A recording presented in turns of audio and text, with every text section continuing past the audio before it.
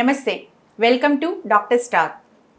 మన శరీరాన్ని నిట్టారుగా నిలబెట్టేది, అట్లాగే మన శరీరానికి ఒక రూపునిచ్చేది, మన శారీరక ప్రతిస్పందనలలో కీలక పాత్ర వహించేది వెన్నుపాము. ఎముకలు, నరాలు, కండరాలు ఇట్లాంటి అనేక సంక్లిష్టమైన అవయవాల కలయికతో ఉండే ఈ స్పైన్కి ప్రాబ్లమ్స్ వస్తే ఎట్లా, వాటిని ఎలా అధిగమించాలి? ప్రముఖ senior spine surgeon doctor Subbaiah గారితో మాట్లాడి తెలుసుకుందాం. నమస్కారం సార్. నమస్తే అండి. సార్, యాక్చువల్లీ స్పైన్ మన శరీరంలో దాని ఇంపార్టెన్స్ ఏంటి? ఇప్పుడు జనరల్గా నర్వ్స్ అంటే రిలేటెడ్ టు బ్రెయిన్ అని అనుకుంటాం కదా, మరి అంటే స్పైన్కి ఎలాంటి ఇంపార్టెన్స్ ఉంది నర్వ్ రిలేటెడ్ ఇష్యూస్లో? ఇప్పుడు ఏంటంటేనండి, ఈ స్పైన్ మనకి యానిమల్స్కి వేరే వాళ్ళకి తేడా ఏంటంటే, ఇప్పుడు ఫర్ ఎగ్జాంపుల్ మనం ఇంట్లో డాగ్స్ కానీ క్యాట్స్, అదర్ యానిమల్స్ ఏ యానిమల్ అయినా తీసుకోండి, మనకి వాటికి తేడా ఏంటంటే అవి 4 కాళ్ళ మీద నడుస్తాయి, మనం 2 కాళ్ళ మీద నడుస్తాం. దీనికి మెయిన్ మనకి ఉన్న వెన్ను నిర్మాణం అనమాట. మన వెన్ను నిర్మాణం వల్లే మనం ఈ 2 కాళ్ళ మీద నడవగలుగుతున్నాము. సో అది ఒకటి దీని ఫంక్షన్, స్పైన్ ఫంక్షను. రెండోది ఏంటంటే, మనకి ఇప్పుడు బ్రెయిన్ నుంచి మన శరీర భాగాలకు అన్నిటికీ సిగ్నల్స్ వెళ్తాయి కదండి, అలానే మన శరీర భాగం నుంచి బ్రెయిన్కి సిగ్నల్స్ వెళ్తూ ఉంటాయి. ఈ నర్వ్స్ అన్నీ మన ఈ స్పైనల్ కార్డ్ నుంచే వెళ్ళాలి. స్పైనల్ కార్డ్ అంటే ఏంటంటే, ఈ మెదడు నుంచి వచ్చి నరాలన్నిటిని కలిపి మనం స్పైనల్ కార్డ్ అంటాం, పెద్ద నరం. అక్కడి నుంచి మనకి ఇప్పుడు మెడలో ఉందనుకోండి, ఈ మెడలో నుంచి నరాలన్నీ చేతిలోకి వస్తాయి. అదే ఛాతీ వెనక భాగంలో ఉన్న స్పైనల్ కార్డ్ నుంచి మన ఛాతీకి పొట్టకి సంబంధించిన నరాలు వస్తాయి. అంటే స్పైనల్ కార్డ్ అంటే అది ఒక నర్వేనా సార్? బంచ్ ఆఫ్ నర్వ్స్ అనుకోండి, ఒక నరాల అన్ని కలిసిన దాన్ని మనం స్పైనల్ కార్డ్ అంటాము. ఇవి ఇప్పుడు బ్రెయిన్ నుంచి నరాలన్నీ బాడీ పార్ట్స్కి వెళ్తాయి కదండి. సో ఎలా వెళ్తాయి? స్పైనల్ కార్డ్ ద్వారా వెళ్తాయి. ఈ స్పైనల్ కార్డ్లో నుంచి చెప్పాను కదండి, నెక్లో ఉండే స్పైనల్ కార్డ్ నుంచి ఈ చేతిలోకి నరాలు వస్తాయి. ఈ ఛాతీ వెనకాల ఉండే స్పైనల్ కార్డ్ నుంచి మన ఛాతీకి పొట్టకి సంబంధించిన నరాలు ఉంటాయి. అదే నడుము నుంచి వచ్చే నరాలన్నీ కాళ్ళల్లోకి వెళ్తాయి. ఇలా ఉంటుందన్నమాట. సో ఈ నరాలన్నీ ప్రొటెక్ట్ చేస్తా, అంటే ఈ నరాలు మామూలుగా ఎక్స్పోజ్ అయ్యింది, వాటి చుట్టూ ఈ బోన్ ప్రొటెక్షన్ ఉంటుంది. సో ఈ బోన్ని ప్రొటెక్ట్ చేస్తాను, ఈ నర్వ్స్ని ప్రొటెక్ట్ చేయడానికి ఈ బోన్ కవర్ ఉంటుంది. సో బేసిక్గా ఇది ఏంటంటే, స్పైన్ అనేది ఒట్టి నరాల బంచే కాదు, స్పైన్ చుట్టూ ఉండే బోన్స్, స్పైనల్ కార్డ్ చుట్టూ ఉండే బోన్స్, ఆ చుట్టుపక్కల ఉన్న కండరాల సమూహమే ఈ స్పైన్ కింద చెప్పుకుంటాం అన్నమాట. సో మనం అనుకున్నట్లు ఈ సిగ్నల్స్ అన్నీ ఈ స్పైనల్ కార్డ్ నుంచే వెళ్తాయి అన్నమాట. అంటే ఇప్పుడు ఫర్ ఎగ్జాంపుల్ మనకి ఏదైనా గుచ్చామనుకోండి, ఇంజెక్షన్ చేసేటప్పుడు పెయిన్ వస్తుంది, మరి ఆ పెయిన్ సిగ్నల్స్ ఈ నరం నుంచి స్పైనల్ కార్డ్ ద్వారా బ్రెయిన్కి వెళ్ళాలి. సో మనం ఏదైనా ఒక శరీర భాగాన్ని కదుపుతున్నాం అనుకోండి, ఇప్పుడు మన బ్రెయిన్ నుంచి స్పైనల్ కార్డ్ ద్వారానే ఈ సిగ్నల్స్ ఆ పార్ట్కి రావాలి. ఇప్పుడు నేను చేతి వేళ్ళు కదుపుతున్నానండి, ఈ కదపాలి అంటే ఈ బ్రెయిన్ నుంచి సిగ్నల్స్ రావాలి. సో ఆ సిగ్నల్స్ అన్నీ ఏంది, మెడ నుంచి ఇలా చేతిలోకి వచ్చే నర్వ్స్ ద్వారా వస్తేనే ఈ కండరాలు పనిచేస్తాయి అన్నమాట. సో ఓవరాల్గా ఏంటంటే, ఈ బ్రెయిన్ ఫంక్షన్స్ అన్నీను ఈ స్పైనల్ కార్డ్ ద్వారానే పనిచేస్తాయి, ఎగ్జిక్యూట్ అవుతాయి, ఎగ్జిక్యూషన్ అనమాట. ఇప్పుడు బ్రెయిన్ ఏదైనా ఫర్ ఎగ్జాంపుల్ ప్రెసిడెంట్ కింద చెప్పుకున్నాం అనుకోండి, ఈ స్పైనల్ కార్డ్ అనేది ప్రైమ్ మినిస్టర్ అని అర్థం, అట్లా అనమాట. ఆ విధంగా చెప్పుకోవచ్చు. సో ఇది ఇంపార్టెంట్ ఫంక్షన్స్. సో బ్రెయిన్ బాస్గా ఆదేశాలు ఇస్తూ ఉంటుంది, వాటిని ఎగ్జిక్యూట్ చేసేది, పని చేస్తుంది, నిర్వర్తిస్తూ ఉంటుంది. అంటే ఇప్పుడు స్పైనల్ నర్వ్స్ అని సపరేట్గా ఉంటాయి కదా సార్, అంటే వాటికి ఈ బ్రెయిన్లోంచి వచ్చే నర్వ్స్కి తేడా ఏమైనా ఉందా? అంటే ఇప్పుడు బ్రెయిన్ నుంచి కొన్ని నర్వ్స్ వస్తాయండి డైరెక్ట్గా, వాటిల్ని మనం క్రేనియల్ నర్వ్స్ అంటాం. అంటే అవి డైరెక్ట్గా అవయవాలకు వెళ్ళిపోతాయా బ్రెయిన్ నుంచి? అంటే అదే చెప్తాను, బ్రెయిన్ నుంచి ఎక్కువగా వచ్చే నరాలన్నిటిను ఈ ఫేస్లో ఉన్న కొంత భుజాల దగ్గర ఉన్న కండరాలకు వస్తాయండి, బ్రెయిన్ నుంచి వచ్చే నర్వ్స్. ఈ బ్రెయిన్ నుంచి డైరెక్ట్గా వస్తాయి మీరు అన్నట్టు, వాటిని క్రేనియల్ నర్వ్స్ అంటాము. అదే స్పైనల్ కార్డ్ నుంచి వచ్చే నర్వ్స్ని స్పైనల్ నర్వ్స్ అంటాము. ఇప్పుడు ఫర్ ఎగ్జాంపుల్ తీసుకోండి, మన నడుములోనే L4-5, L5S1 గురించి వినే ఉంటారు మీరు. ఇప్పుడు ఫర్ ఎగ్జాంపుల్ L4, L5 మధ్యలో L5 అనే నర్వ్ వస్తుంది. ఓకే, ఈ L5 నర్వ్ని మనం స్పైనల్ నర్వ్ అంటాం, లేకపోతే మెడలో నుంచి వచ్చే నర్వ్స్ని అన్నిటినీ స్పైనల్ నర్వ్సే అంటాం. అంటే స్పైనల్ కార్డ్ నుంచి వచ్చే నర్వ్స్ అన్నిటిని స్పైనల్ నర్వ్స్, డైరెక్ట్గా బ్రెయిన్ నుంచి వచ్చే నర్వ్స్ని క్రేనియల్ నర్వ్స్ అంటాం. అంటే ఇప్పుడు పర్టికులర్గా బ్రెయిన్ చేసే పనులకి ఈ స్పైనల్ కార్డ్ చేసే పనులకి ఏంటి డిఫరెన్స్? ఈ నర్వ్స్కి అంటే ఈ నర్వ్ చేసే పనులకి క్రేనియల్ నర్వ్స్ చేసే పనులకి డిఫరెన్స్ ఏమైనా? ఏమి తేడా ఉండదండి. అంటే ఇప్పుడు ఈ నర్వ్స్లో మనకి 3 రకాల కింద చెప్పుకోవచ్చు అండి ఈ నరాలని. ఏ నర్వ్ అయినా సరే, బ్రెయిన్ నుంచి వచ్చే నర్వ్ అయినా సరే, ఈ స్పైనల్ నర్వ్స్ అయినా. ఒకటి ఏంటంటే సెన్సరీ నర్వ్స్ అంటాము, రెండోది మోటార్ నర్వ్స్ అంటాము, రెండోది మిక్స్డ్ అంటాం. అంటే సెన్సరీ నర్వ్స్ అంటే ఏంటంటే ఓన్లీ సెన్సేషన్స్కి మాత్రమే పనిచేస్తాయి అవి. ఇప్పుడు ఫర్ ఎగ్జాంపుల్, బెస్ట్ ఎగ్జాంపుల్ ఏంటంటే ఆప్టిక్ నర్వ్. ఇప్పుడు మనకి చూపు కనిపించడానికి సంబంధించిన నర్వ్, అది ప్యూర్ సెన్సేషన్సే ఉంటాయి. కొన్ని మోటార్ నర్వ్స్ అంటాం. మోటార్ నర్వ్స్ అంటే అవి కండరాల కదలికకి ఉపయోగపడతాయి. ఓకే. వాటికి సెన్సేషన్స్కి ఏం సంబంధం ఉండదు. మూడోది ఏంటంటే మిక్స్డ్ నర్వ్స్ అంటాం. అంటే ఏంటంటే ఈ నర్వ్స్లో ఈ సెన్సేషన్స్ ఉంటాయి, సెన్సేషన్స్కి సంబంధించిన నరాలు ఉంటాయి, ఈ కండరాల కదలికకి సంబంధించిన నరాలు ఉంటాయి. ఇవి నర్వ్స్ని సాధారణంగా ఈ 3 విధాలుగా చెప్పుకుంటాం. Sensory nerves only sensations, a sensation అయినా. ఇప్పుడు మనకి టచ్ ఉంది, ఈ టచ్ కానీ, పెయిన్ సెన్సేషన్ కానీ, వైబ్రేషన్ సెన్సేషన్ కానీ, పొజిషన్ సెన్స్, మనకి చూపు కానీ, వినికిడి కానీ, లేకపోతే టేస్ట్ కానీ, ఇవన్నీ సెన్సేషన్సే కదండి. సో ఈ సెన్సేషన్స్ క్యారీ చేసే, ప్యూర్గా ఓన్లీ సెన్సేషన్స్ క్యారీ చేసే వాటిని సెన్సరీ నర్వ్స్. ఈ కండరాల కదలికని మోటార్ నర్వ్స్. ఈ 2 ఒకే నర్వ్లో ఒక్కోసారి ఉంటాయి. అంటే ఎక్కువ శాతం నర్వ్స్ మిక్స్డ్ నర్వ్స్ ఉంటాయి, అన్నీ కంబైన్డ్ ఉంటాయి. అవి 2 పనులు చేస్తాయి. 2 పనులు చేస్తాయి. సో ఇప్పుడు మామూలుగా స్పైన్కి సంబంధించి మనం మాట్లాడుకుంటే, స్పెషల్గా స్పైన్కి వచ్చే కామన్ ప్రాబ్లమ్స్ ఏంటి? అంటే అన్ని నర్వ్ రిలేటెడ్ ఇష్యూసే ఉంటాయా, లేదంటే బోన్ రిలేటెడ్ అట్లా ఏ రకాల? ఇప్పుడు ఇవన్నీ ఏంటంటే స్పెసిఫిక్గా ఓన్లీ నర్వ్ రిలేటెడ్ ఇష్యూసే అట్లా ఉండవండి. ఎందుకంటే ఇది ఒక గ్రూప్. ఏదైనా ఒక పార్ట్ ఎఫెక్ట్ అయితే అదర్ పార్ట్స్ కూడా ఎఫెక్ట్ అవుతాయి. అంటే ఓన్లీ ఇప్పుడు ఫర్ ఎగ్జాంపుల్ నరాలకు సంబంధించిన ప్రాబ్లమ్సే వస్తాయి స్పైనల్ కార్డ్లో, అట్లా ఉండవు. యాక్చువల్గా మనం ఏంటంటేనండి, ఇప్పుడు మనకి స్పైన్ రిలేటెడ్ ఇష్యూ చూస్తే అసలు యాక్చువల్గా మనం వెన్ను నిర్మాణాన్ని గమనించినట్లయితే, ఈ వెన్నులో మీకు తెలిసి బోన్స్ ఉంటాయి కదా, అన్నీ ఒకదాని మీద ఒకటి పేర్చినట్టు బోన్స్ ఉంటాయి. వీటిల్ని మనం వెన్నుపూసలు అంటాం తెలుగులో, ఇంగ్లీష్లో వర్టెబ్రల్ బాడీస్ అంటాం. ఈ వెన్నుపూసలు ప్రతి 2 వెన్నుపూసల మధ్యలో ఒక కుషన్ లాగా ఉంటుంది, దాన్ని డిస్క్ అంటాం. అదేంటంటే ఈ 2 బోన్స్ మధ్య ఒక షాక్ అబ్జార్బర్ లాగా పనిచేస్తూ ఉంటుంది. 2 బోన్స్ టచ్ కాకుండా 2 షాక్ అబ్జార్బర్. ఇప్పుడు ఫర్ ఎగ్జాంపుల్ కారుకి షాక్ అబ్జార్బర్ ఎట్లా ఉందో, ఇప్పుడు మనకి ఏదైనా జర్నీ చేస్తున్నామండి, లేకపోతే బైక్ మీద వెళ్తున్నాం, లేకపోతే ఒక 4 వీలర్ మీద వెళ్తున్నాము, ఏదైనా జర్క్ వచ్చింది. ఓకే. సో మన ఈ స్పైనల్ నర్వ్స్ మీద ఎఫెక్ట్ పడకుండా ఈ డిస్క్ అనేది ఈ షాక్ అబ్జార్బర్ లాగా పనిచేస్తుంది. ఓకే. సో ఈ బోన్స్ ఉంటాయి, ఈ ప్రతి 2 బోన్స్ మధ్యలో వెన్నుపూస ఉంటుంది. ఈ వెన్నుపూసల వెనకాల చిన్న ఆర్చ్ లాగా వస్తుంది అనమాట, ప్రతి వెన్నుపూస వెనకాల. దాన్ని మనం లామినా అంటాము. సో ఆ ఆర్చెస్ ఒకదాని మీద ఒకటి పేర్చి ఉండడం వలన ఒక టన్నెల్ లాగా తయారవుతుంది, బోన్ టన్నెల్. ఆ టన్నెల్లో నుంచి వెళ్తుంది అనమాట స్పైనల్ కార్డ్. ఈ 2 బోన్స్ మధ్య కొంచెం చిన్న చిన్న గ్యాప్స్ ఉంటాయి. ఆ గ్యాప్స్లో నుంచి ఈ నరాలు ఒక్కొక్క లెవెల్లో ఒక్కొక్క నరం బయటకు వస్తుంది. ఇది వెన్ను నిర్మాణం. వీటిల్లో మనకి కామన్గా చూసే ప్రాబ్లమ్, అంటే మేము రెగ్యులర్గా ప్రాక్టీస్లో చూసే ప్రాబ్లమ్స్ ఏంటంటే ఈ డీజనరేటివ్ ప్రాబ్లమ్స్ అంటాం. డీజనరేటివ్ ప్రాబ్లమ్స్ అంటే అర్థం ఏంటి? అరుగుదల. సింపుల్గా తెలుగులో చెప్పాలంటే అరుగుదలకు సంబంధించిన సమస్యలు. అలాని ఈ అరుగుదల సమస్యలు పెద్దవాళ్ళలోనే వస్తాయి, 55-60 సంవత్సరాలు దాటిన వాళ్ళలోనే వస్తాయి అంటే అలా కాదు. మనం ఈవెన్ యంగ్ పేషెంట్స్, పిల్లల్లో కూడా ఈ అరుగుదల ప్రాబ్లమ్స్ చూడొచ్చు, కనిపిస్తూ ఉంటాయి. అంటే అర్థం ఏంటంటే ఈ అరుగుదల అనేది ఒట్టి వయసుకు సంబంధించిందే కాదు, కొన్ని రకాల ప్రాబ్లమ్స్ వల్ల కూడా అరుగుదల త్వరగా రావడానికి అవకాశాలు ఉంటాయి. అచ్చా, వేరే ప్రాబ్లమ్స్ ఉంటే అరుగుదల వస్తుంది. సో ఎక్కువ శాతం సమస్యలు అరుగుదల సమస్యలు చూస్తాం. ఈ అరుగుదల ఎక్కువగా ఏ పార్ట్లో కనిపిస్తుంది సార్ అంటే ఈ డిస్క్కి సంబంధించిన ప్రాబ్లమ్స్ ఎక్కువగా చూస్తూ ఉంటాం. ఈ డిస్క్లు అగైన్ ఈ డిస్క్కి సంబంధించిన సమస్యల్లో రకరకాల కాంపోనెంట్స్ ఉంటాయి. ఈ స్లిప్ డిస్క్ అంటారు, లేకపోతే డిస్క్ అరుగుదల అంటాం, ఇట్లా. సో ఇవన్నీ డీజనరేటివ్ సమస్యల కిందే చూస్తాం. సో అదొక గ్రూప్ ఆఫ్ ప్రాబ్లమ్స్. ఓకే. ఇక రెండో గ్రూపు ఏంటంటే ఏదన్నా ఇంజరీస్, ట్రామా.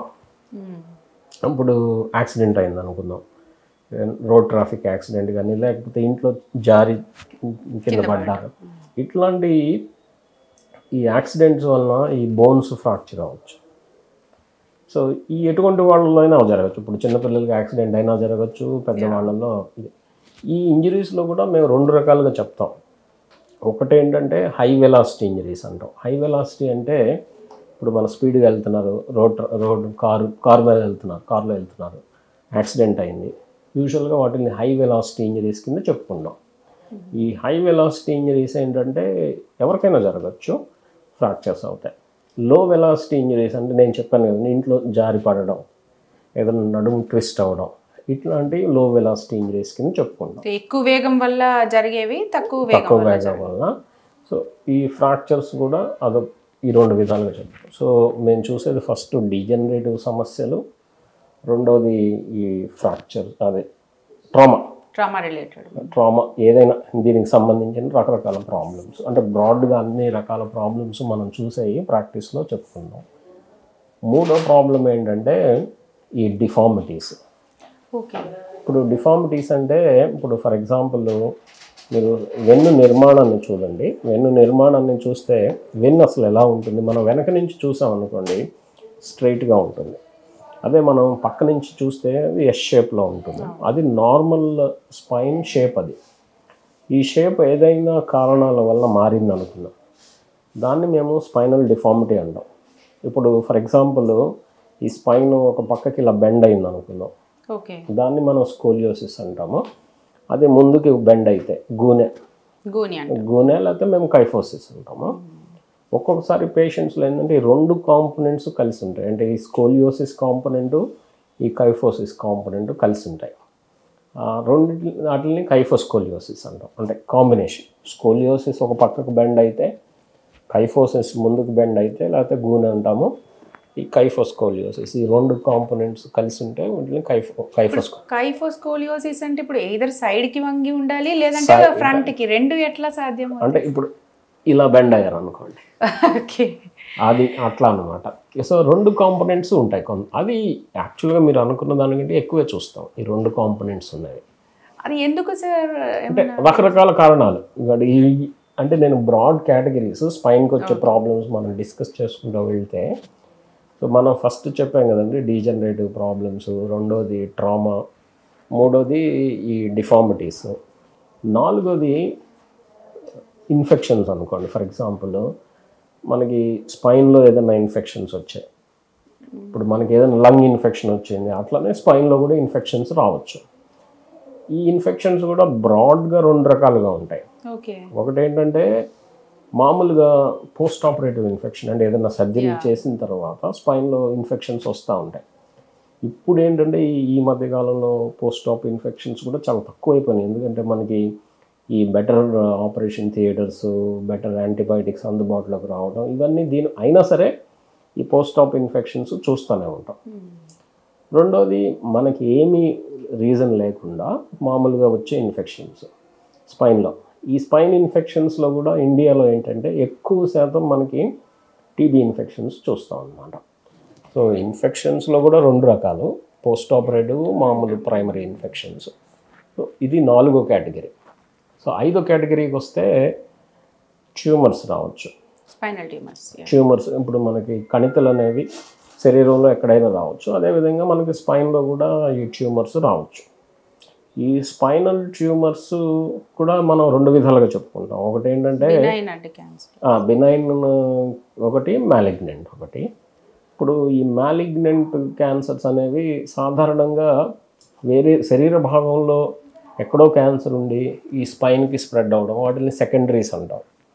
సో సాధారణంగా స్పైన్లో వచ్చే ట్యూమర్ అంటే క్యాన్సర్స్ అన్ని యూజువల్గా సెకండరీసే ఉంటాయి. స్పైన్ నుంచి వచ్చేవి చాలా అరుదు. ప్రైమరీ ట్యూమర్స్ చాలా చాలా తక్కువ కిందే చెప్పుకోవాలి. వేరే పార్ట్లో క్యాన్సర్ ఉంది. ఇప్పుడు ఫర్ ఎగ్జాంపుల్ బ్రెస్ట్ క్యాన్సర్ చాలా కామన్, ఈ లివర్ మ్యాలిగ్నెన్సీస్ కానీ, థైరాయిడ్ కానీ, లంగ్ క్యాన్సర్స్, ఇవన్నీ స్పైన్కి స్ప్రెడ్ అవ్వచ్చు. సో ఎక్కువ శాతం ఈ సెకండరీ ట్యూమర్స్ చూస్తాం స్పైన్లో. ప్రైమరీ ట్యూమర్స్ కూడా చూస్తాం కానీ వీటితో పోలిస్తే తక్కువ.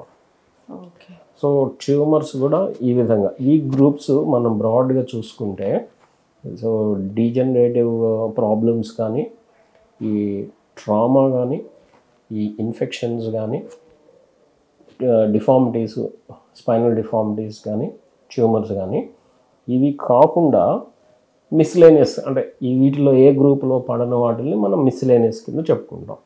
అంటే ఇప్పుడు కొన్ని మిస్లేనియస్ ఎగ్జాంపుల్స్ కొన్ని తీసుకుందాం. ఇప్పుడు బై బర్త్ కొన్ని స్పైన్లో ఏదైనా తేడాలు ఉండొచ్చు. అంటే అవి స్ట్రక్చరల్ డిఫెక్ట్స్.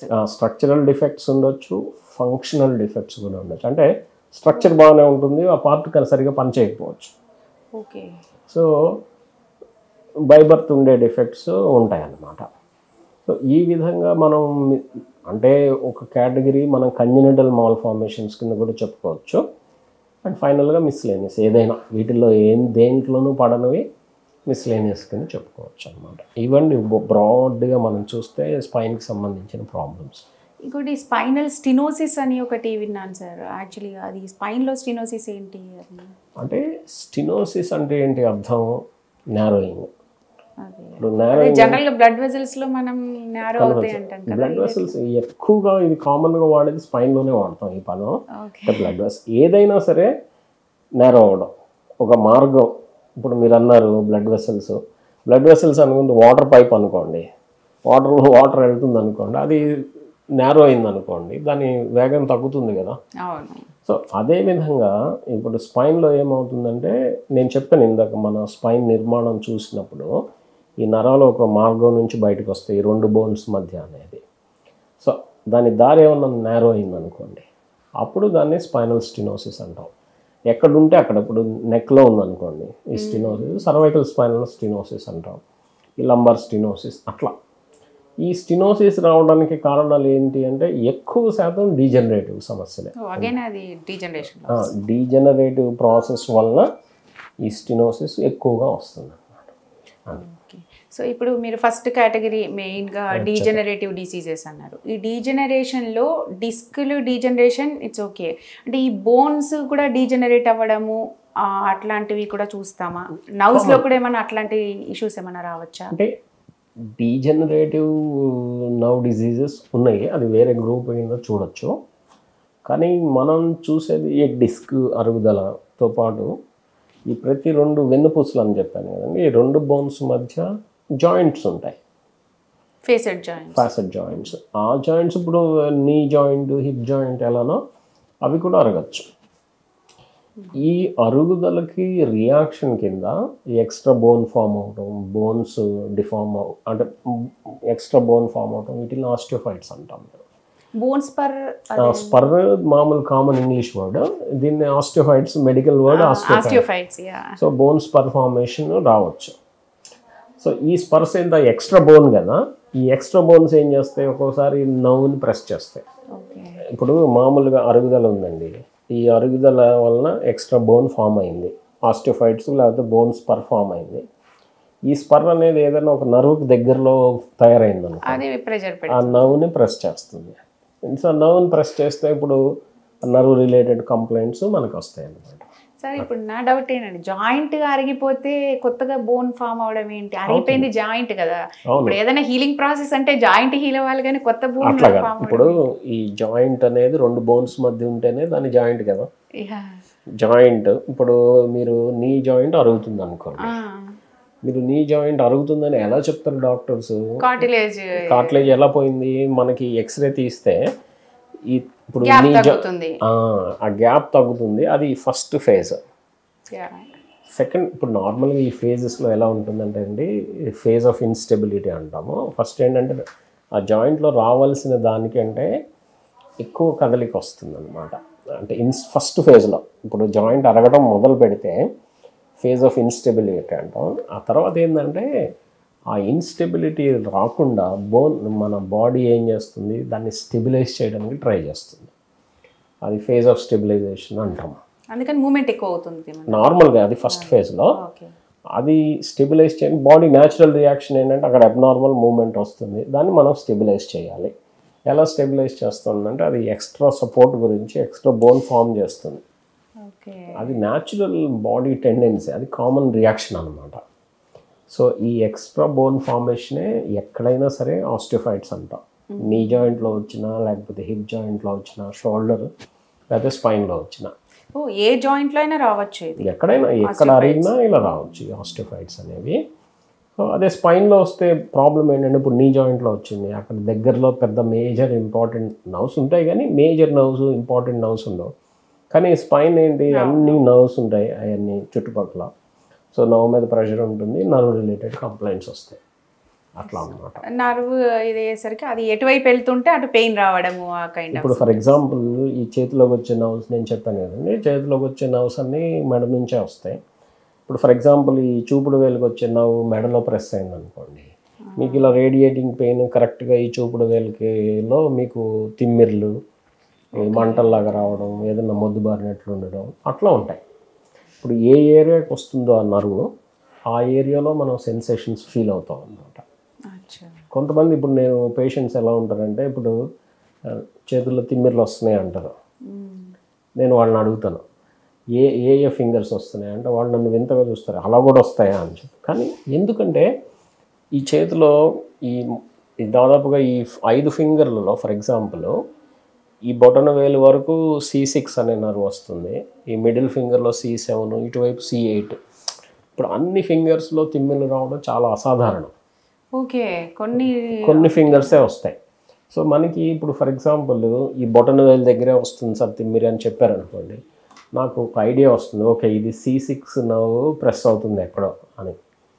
C6 ఎక్కడి నుంచి వస్తుంది, ఈ మెడలో C5 C6 ఏరియా నుంచి వస్తుంది. అంటే పేషెంట్ కంప్లైంట్ని బట్టి నేను బహుశా ఈ లెవెల్లో ప్రాబ్లం ఉండి ఉండొచ్చు అని ఎస్టిమేట్ చేస్తాం అనమాట, మాకు గైడ్ అనమాట అది. సో దాని ప్రకారం నెససరీ టెస్టులు చేయడం, కన్ఫర్మ్ చేసుకోవడానికి అలా చేస్తాం. అంటే జనరల్గా ఇప్పుడు కాళ్ళలో కానీ చేతుల్లో కానీ తిమ్మిర్లు వస్తున్నాయి అంటే స్పైన్లో నర్వ్ పైన ప్రెషర్ పడుతుంది అని అర్థమా? అట్లా ఏం కాదు. ఇప్పుడు ఇక్కడ ఏంటంటే ఈ నర్వ్ రిలేటెడ్ కంప్లైంట్స్ ఉన్నాయి. ఫర్ ఎగ్జాంపుల్ నర్వ్ రిలేటెడ్ కంప్లైంట్స్ని మేము positive nerve complaints, negative nerve complaints అంటాం. పాజిటివ్ కంప్లైంట్స్ అంటే ఏదైనా తిమ్మిర్లు, టింగ్లింగ్ సెన్సేషను, మంటలు, బర్నింగ్ సెన్సేషన్, వీటిని పాజిటివ్ కంప్లైంట్స్. ఈ నమ్నెస్ అంటే మొద్దుబారడం, అవి నెగిటివ్ నర్వ్. ఈ 3 కంప్లైంట్స్ నరాలకు సంబంధించిన కంప్లైంట్స్. ఏది తిమ్మెర్లు కానీ, మంటలు కానీ, మొద్దుబారడం. సో ఈ నర్వ్ ఏ పార్ట్లో ఎఫెక్ట్ అయినా, ఇప్పుడు ఫర్ ఎగ్జాంపుల్ బ్రెయిన్లో ప్రాబ్లం ఉంది అప్పుడు కూడా రావచ్చు, స్పైన్లో ప్రాబ్లం ఉంది అప్పుడు కూడా రావచ్చు. మూడోది పెరిఫెరల్ నర్వ్స్ అంటే చేతుల్లో నరాల మీద కూడా తేడా ఉన్నా కూడా మనకి నర్వ్ రిలే ఇలా రావచ్చు. అంటే ఇక్కడ ఏంటంటే మేజర్గా మనం గుర్తుపెట్టుకోవాల్సింది, ఇటువంటి కంప్లైంట్స్ ఉంటాయి అంటే తిమ్మిర్లు కానీ, ఈ మంటలు కానీ, మొద్దుబారినట్లు ఉంటే తప్పనిసరిగా మనకి ఏదో నర్వ్ రిలేటెడ్ ఇష్యూ ఉన్నది, అంటే నర్వ్ ప్రాబ్లం ఉంది ఎక్కడో, అది నెగ్లెక్ట్ చేయకుండా చూడాలి డాక్టర్ అనేది. ఇప్పుడు నేను ఎందుకు ఇది చెప్తున్నానంటే, చాలామంది పేషెంట్స్ ఈ స్పైన్ రిలేటెడ్ ప్రాబ్లమ్స్ మా దగ్గరికి, ఇందాక ఒక పేషెంట్ చూశాను, సార్ నాకు 2017 నుంచి పెయిన్ వస్తుందని చెప్పి, ఇప్పుడు మనం 2023లో ఉన్నాం. ఎక్కడ పెయిన్? బ్యాక్ పెయిన్, తర్వాత అట్లా. అంటే దీన్ని అలా అంత అశ్రద్ధ చేస్తారనమాట. సో అందు గురించి ఈ కంప్లైంట్స్ ఏదన్నా ఉంటే, తిమ్మిర్లు కానీ, మంటలు కానీ, మొద్దుబారినట్లు ఉంటే, ఓకే నర్వ్ మీద ఎక్కడో ప్రాబ్లం ఉంది అనుకొని వెంటనే డాక్టర్ దగ్గరికి వెళ్తే అసలు ప్రాబ్లం ఏంటి, ఎందుకు వస్తుందని ఐడెంటిఫై చేసి దాన్ని మనం ఎర్లీగా ట్రీట్ చేయడానికి ఛాన్సెస్ ఉంటాయి, ఎర్లీగా ప్రాబ్లమ్ని డిటెక్ట్ చేస్తే. అదే మనం ఇలా సంవత్సరాల తరబడి అశ్రద్ధ చేస్తే మెడికల్ ట్రీట్మెంట్కి తగ్గని స్టేజ్కి వస్తుంది, అప్పుడు మనం సర్జరీస్ ఇట్లాంటివి చేయాల్సి వస్తుంది. అంటే ఇప్పుడు ఓవరాల్ ఇప్పుడు మామూలుగా టింగ్లింగ్ సెన్సేషన్ లేదంటే తిమ్మిర్లు ఇట్లాంటివన్నీ చెప్పారు కదా మీరు, అది నర్వ్ రిలేటెడ్ అయితే అసలు ఓవరాల్గా స్పైన్లో ప్రాబ్లం ఉంది అనుకున్నప్పుడు ఎట్లాంటి సిమ్టమ్స్ కనిపిస్తాయి, ఏ సిమ్టమ్స్ ఉంటే అది స్పైన్ ప్రాబ్లం అని అనుకోవాలి? అంటే ఇప్పుడు ఎవరికైనా మేజర్ ప్రాబ్లం మా దగ్గరికి వచ్చేది పెయినే, మెడ నొప్పి లేదా నడుము నొప్పి కానీ ఎక్కడైనా సరే. ఇప్పుడు నడుము గురించి మాట్లాడుకున్నాం ఎక్కువ శాతం. ఇప్పుడు మేము డిస్క్ రిలేటెడ్ ప్రాబ్లమ్స్ అనుకున్నాము, about 70% of the disc problems నడుములో కింద లోవర్ బ్యాక్లో వస్తాయి, 30% నెక్లో వస్తాయి, చాలా రేర్గా ఇన్ బిట్వీన్ వస్తాయి అన్నమాట. ఇప్పుడు నడుములో ప్రాబ్లం ఉంది అనుకుందాం, అంటే నడుము నొప్పి రావచ్చు, నడుము నొప్పితో పాటు ఈ బటక్స్ దగ్గర నొప్పి, ఈ తొడ వెనుక నొప్పి, ఈ థైస్ ఫ్రంట్, ఈవెన్ గ్రాయిన్లో పెయిన్ ఇట్లా రావచ్చు.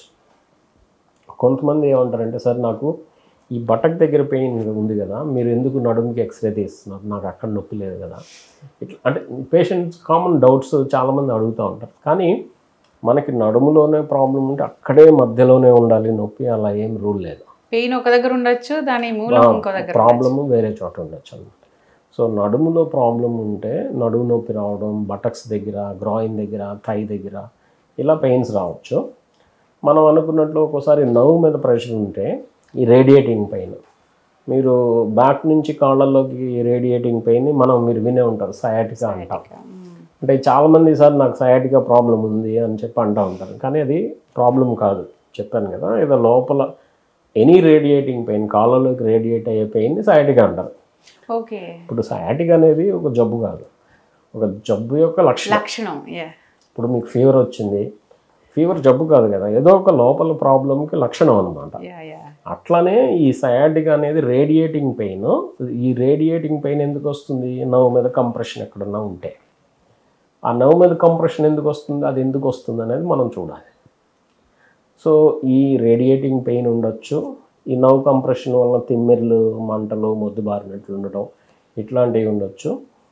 ఒక్కొక్కసారి ఈ కండరాల బలహీనత, ఇప్పుడు ఫర్ ఎగ్జాంపుల్ L4-5 అందాక అనుకున్నాం, L4-5 డిస్క్ దగ్గర ప్రాబ్లం ఉంటే అక్కడికి వచ్చే నర్వ్ L5 నర్వ్. అది L5 నర్వ్ ఏంటి, పాదం మనకి ఈ మూమెంట్కి వెనక్కి తీసుకురావడం, డార్సిఫ్లెక్షన్ అంటాం.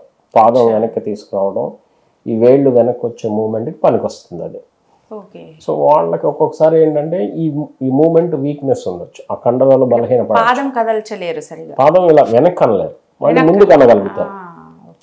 అంటే ఏంటంటే ఆ నరువుకి సంబంధించిన ఏరియాలో ఈ తిమ్మిర్లు రావచ్చు, సెన్సేషన్స్ ఇందాక మిక్స్డ్ నవ్వు అనుకున్నాం కదా, ఈ సెన్సేషన్స్లో తేడా రావచ్చు. ఏది టింగ్లింగ్ సెన్సేషను, బర్నింగ్, నమ్నెస్ రావచ్చు, ఈ కండరాల కదలిక తేడా రావచ్చు.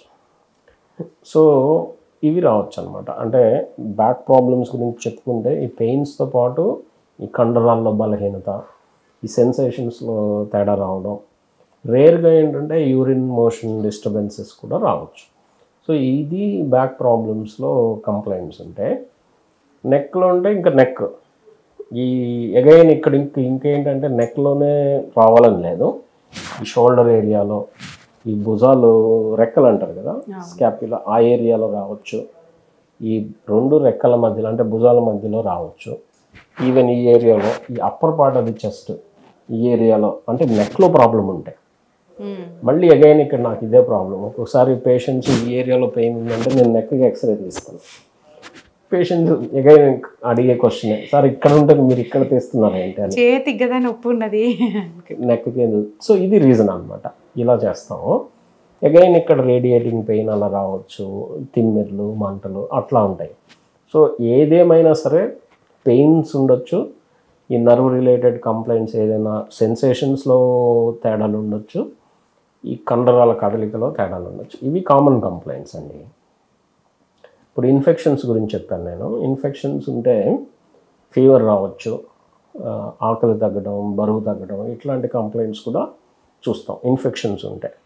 సో అందు గురించే మేము బ్యాక్ పెయిన్ కానీ ఏ పెయిన్ ఉన్నా స్పైన్లో ఎక్కడైనా ఫీవర్తో అసోసియేటెడ్గా ఉంటే, లాస్ ఆఫ్ వెయిట్, వీటిని రెడ్ ఫ్లాగ్ కింద చెప్తాం. రెడ్ ఫ్లాగ్ అంటే వెంటనే చూస్తే ఇన్ఫెక్షన్స్ కూడా ఎర్లీ స్టేజెస్లో డిటెక్ట్ చేస్తే ప్యూర్ మెడికల్ ట్రీట్మెంట్తో మేనేజ్ చేయడానికి సరిపోతుంది అనమాట. అంటే ఇన్ఫెక్షన్ ఉన్నప్పుడు కూడా మెడికల్ కాకుండా సర్జరీ అవసరం.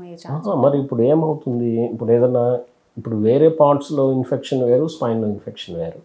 ఇప్పుడు స్పైన్లో కొంచెం పస్ ఫామ్ అయింది అనుకోండి, ఈ పస్ వెళ్ళి స్పైనల్ కార్డ్ని ప్రెస్ చేస్తుంది అనుకోండి, అక్కడ అన్నీ ఎక్కువ నరాలు ఉంటాయి కదా. సో అదొకటి. రెండోది ఏంటంటే ఈ బోన్స్ దెబ్బతిని ఒక్కోసారి అవి కొలాప్స్ అయిపోతూ ఉంటాయి. ఇప్పుడు ఇక్కడ మాలిగ్నెంట్ ట్యూమర్ అయినా బినైన్ ట్యూమర్ అయినా కూడా సిమ్టమ్స్ ఏమి ఉంటాయా? సాధారణంగా బినైన్ ట్యూమర్స్లో ఈ ఆకలి తగ్గడం, బరువు తగ్గడం అనేది ఉండదండి. ఎక్కువ మాలిగ్నెంట్ ట్యూమర్స్లోనే ఇలాంటివి కనిపిస్తాయి. ఇప్పుడు ఫర్ ఎగ్జాంపుల్ బినైన్ ట్యూమర్ మీకు ఇక్కడైనా చేతి మీద ఈ లైపోమా అంటాం, ఫ్యాట్ నుంచి వస్తే లైపోమా, దానికి వల్ల మనకి అసలు ఏమీ ఇబ్బంది ఉండదు నార్మల్గా ఈ బినైన్ ట్యూమర్. కానీ స్పైన్లో ప్రాబ్లం ఏంటంటే పక్కనే నర్వ్స్ ఉంటాయి, ఈ నర్వ్స్ మీద ప్రెషర్ పడుతుంది, దానివల్ల పేషెంట్కి విపరీతమైన కంప్లైంట్స్ ఉంటాయి. ఈవెన్ చిన్న ట్యూమర్ అయినా సరే అది కరెక్ట్గా నర్వ్ మీద కూర్చొని ఉంటే పేషెంట్కి విపరీతమైన కంప్లైంట్స్ ఉంటాయి నర్వ్ రిలేటెడ్. సో అందు గురించి స్పైన్లో అన్ని నర్వ్స్ ఉంటాయి కాబట్టి చిన్న సైజు ఉన్నా సరే ట్యూమరు మనకి ఇబ్బంది ఇస్తూ ఉంటుంది అనమాట. ఇంకొక కంప్లైంట్ డిఫార్మిటీస్ అనుకున్నాం కదా, ఒక పక్కకు వంగిపోవడం ఇవన్నీ. ఇప్పుడు మీరు చూసే ఉంటారు పెద్దవాళ్ళు, ఒక 75-80 years దాటిన లేడీస్, ఎస్పెషల్లీ లేడీస్ మీరు ముందుకు వంగిపోయి నడుస్తూ ఉంటారు. ఎందుకు స్పెషల్లీ లేడీస్లో ఎక్కువ? అంటే జెంట్స్లో కూడా వస్తుంది, కానీ లేడీస్లో కామన్గా వస్తాయి. ఎందుకంటే వీళ్ళకి ఈ మెనోపాజ్ వల్ల ఈస్ట్రోజన్ లెవెల్స్ అంటే జెంట్స్కి కొంచెం లేట్గా వస్తాయి. ఇప్పుడు ఫర్ ఎగ్జాంపుల్ లేడీస్లో అరౌండ్ 65 yearsకి వస్తే జెంట్స్లో అరౌండ్ 75 years ఆ ఏజ్లో వస్తూ ఉంటుంది. వాళ్ళల్లోనూ వస్తాయి డిఫార్మిటీస్. సో ఈ వంగిపోతున్నారు సార్, ఈ కంప్లైంట్స్ ఉంటాయి. సో ఓవరాల్గా స్పైన్లో ప్రాబ్లమ్స్ ఉన్న వాళ్ళకి ఈ విధంగా ఉంటాయండి కంప్లైంట్స్. అంటే సార్ ఇప్పుడు పెద్దవాళ్ళలో స్పైన్ వంగిపోతే కనుక, ఇప్పుడు ఇందాక మీరు అన్నట్టు 65-70లో కొందరికి వేరియేషన్స్ ఉంటాయి, వాళ్ళకి ఎందుకు? అది కూడా డీజనరేషన్లో భాగమా లేకపోతే? అది డీజనరేషన్లో భాగం కిందే చూస్తాం, అంతే కదండి. అది యాక్చువల్గా ఏంటంటే ఈ కాంపోనెంట్స్ మెయిన్గా 2 కాంపోనెంట్స్ అండి. ఏది ఈ బెండ్ అవడం ఒకటి, అరుగుదల రెండవది, ఆస్టియోపోరోసిస్ అంటే బోన్స్లో కాల్షియం తగ్గడం. ఈ 2 కాంపోనెంట్స్ కంబైన్ అవ్వడం వల్ల ఈ వెన్ను ముందుకు వంగిపోతుంది. ఇప్పుడు ఏంటి ఇది, ఈ వంగిపోవడాన్ని ఇది ఎందుకు నేను చెప్తున్నానంటే వీళ్ళకి చాలా ఇబ్బంది ఉంటుందండి. వాళ్ళు అంటే పెయిన్ ఉంటుందా సార్? చాలా. వాళ్ళకి ఏమవుతుందంటే ఇప్పుడు ఫర్ ఎగ్జాంపుల్ కూర్చొని ఉన్నారు లేకపోతే పడుకొని ఉన్నారు, కంఫర్టబుల్గా ఉంటారు, కానీ వాళ్ళు నిలబడిన వెంటనే లేకపోతే కొంచెం దూరం నడిచిన వెంటనే నొప్పి పెరుగుతుంది. ఇంకోటి ఇంకొంచెం దూరం నడిచారు అనుకోండి, ఆ నొప్పి ఇంకా ఎక్కువ అయిపోతుంది. అంటే నడవలేని పరిస్థితి వస్తుంది అన్నమాట. ఓకే,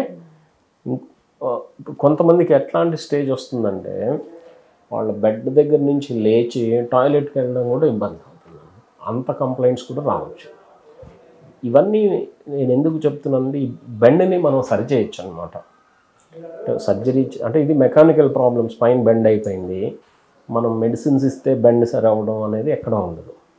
కానీ దాన్ని మనం సర్జరీ చేసి డెఫినెట్గా కరెక్ట్ చేయడానికి అవకాశం ఉంది. ఈ మధ్య కాలంలో ఇట్లా వంగిపోయిన వాళ్ళు తక్కువ కనిపిస్తున్నారు సార్. నాకు తక్కువ కనిపిస్తున్నారా లేకపోతే నిజంగానే అట్లా ఏమన్నా తగ్గిందా? అట్లా ఏం తగ్గరండి. ఇప్పుడు ఏమవుతుందంటే యాక్చువల్గా ఎక్కువ అవుతున్నారు చెప్పాలంటే. ఎందుకంటే లాంజివిటీ ఎక్కువ కాలం బతుకుతున్నారు కదా. ఇప్పుడు అదివరకు ఇప్పుడు 60 years బతికితే ఎక్కువ బతికారు అనుకుంటారు. ఇప్పుడు ఏంటంటే 80, 90sలో కూడా ఉంటున్నారు కదా.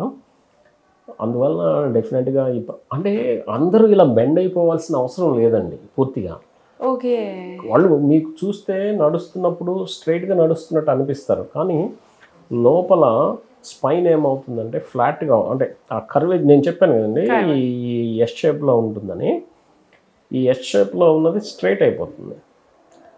అది అయ్యి ఇంకా స్పైన్ కాంపెన్సేట్ కాదు, ఇంకా అది అప్పుడు మనం బయటికి కనిపిస్తారు, అప్పుడు ముందుకు బెండ్. లోపల ఆల్రెడీ కొన్ని మార్పులు జరుగుతూ ఉంటాయి, స్పైన్ కుంగిపోయినట్టు అయిపోతుందేమో అట్లా. అది కూడా జరుగుతుంది. ఇప్పుడు దాని హైట్ తగ్గుతుంది. ఇప్పుడు మీరు పెద్దవాళ్ళు ఉంటారు, వాళ్ళు చిన్నప్పుడు హైట్ ఎక్కువ ఉంటారు, వాళ్ళ ఏజ్ పెరిగే కొద్ది హైట్ తగ్గుతూ ఉంటారు. ఎందుకు తగ్గుతారు? ఈ బెండ్ అవడం ఒకటి రీజను. రెండోది బోన్స్లో కాల్షియం తగ్గుతుందని చెప్పాం కదా, ఆస్టియోపోరోసిస్. ఆస్టియోపోరోసిస్ వల్ల ఏమవుతుందంటే బోన్ హైట్ తగ్గుతుంది, వెన్నుపూసల హైట్ తగ్గుతుంది. సో డెఫినెట్గా వాళ్ళు ఓవరాల్గా హైట్ తగ్గుతారు అన్నమాట. సో ఈ విధంగా జరుగుతుంది. ఇది నేను ఎందుకు చెప్తున్నానంటే దీన్ని కరెక్ట్ చేయొచ్చండి. కరెక్ట్ చేస్తే వీళ్ళు ఫర్ ఎగ్జాంపుల్ ఇంకొక అనదర్ 10 years బతుకుతారు అనుకున్నాం. ఈ కరెక్ట్ చేయకపోతే అంటే ఇప్పుడు నార్మల్గా అదే ఏజ్లో ఒక ఇద్దరిని తీసుకున్నాం, ఒక 75 ఏళ్ళ వాళ్ళని. ఒకళ్ళకి వెన్ను వంక అది ముందుకు బెండ్ అవుతుంది, ఒకళ్ళకి బెండ్ అవ్వట్లేదు.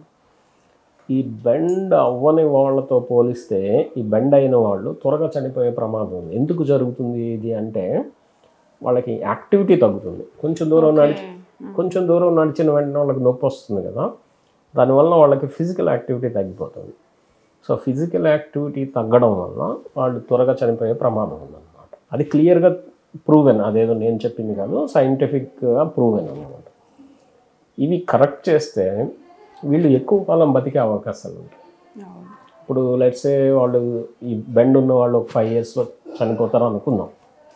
కరెక్ట్ చేస్తే ఒక 10 years 15 years బతికే అవకాశాలు ఉంటాయి.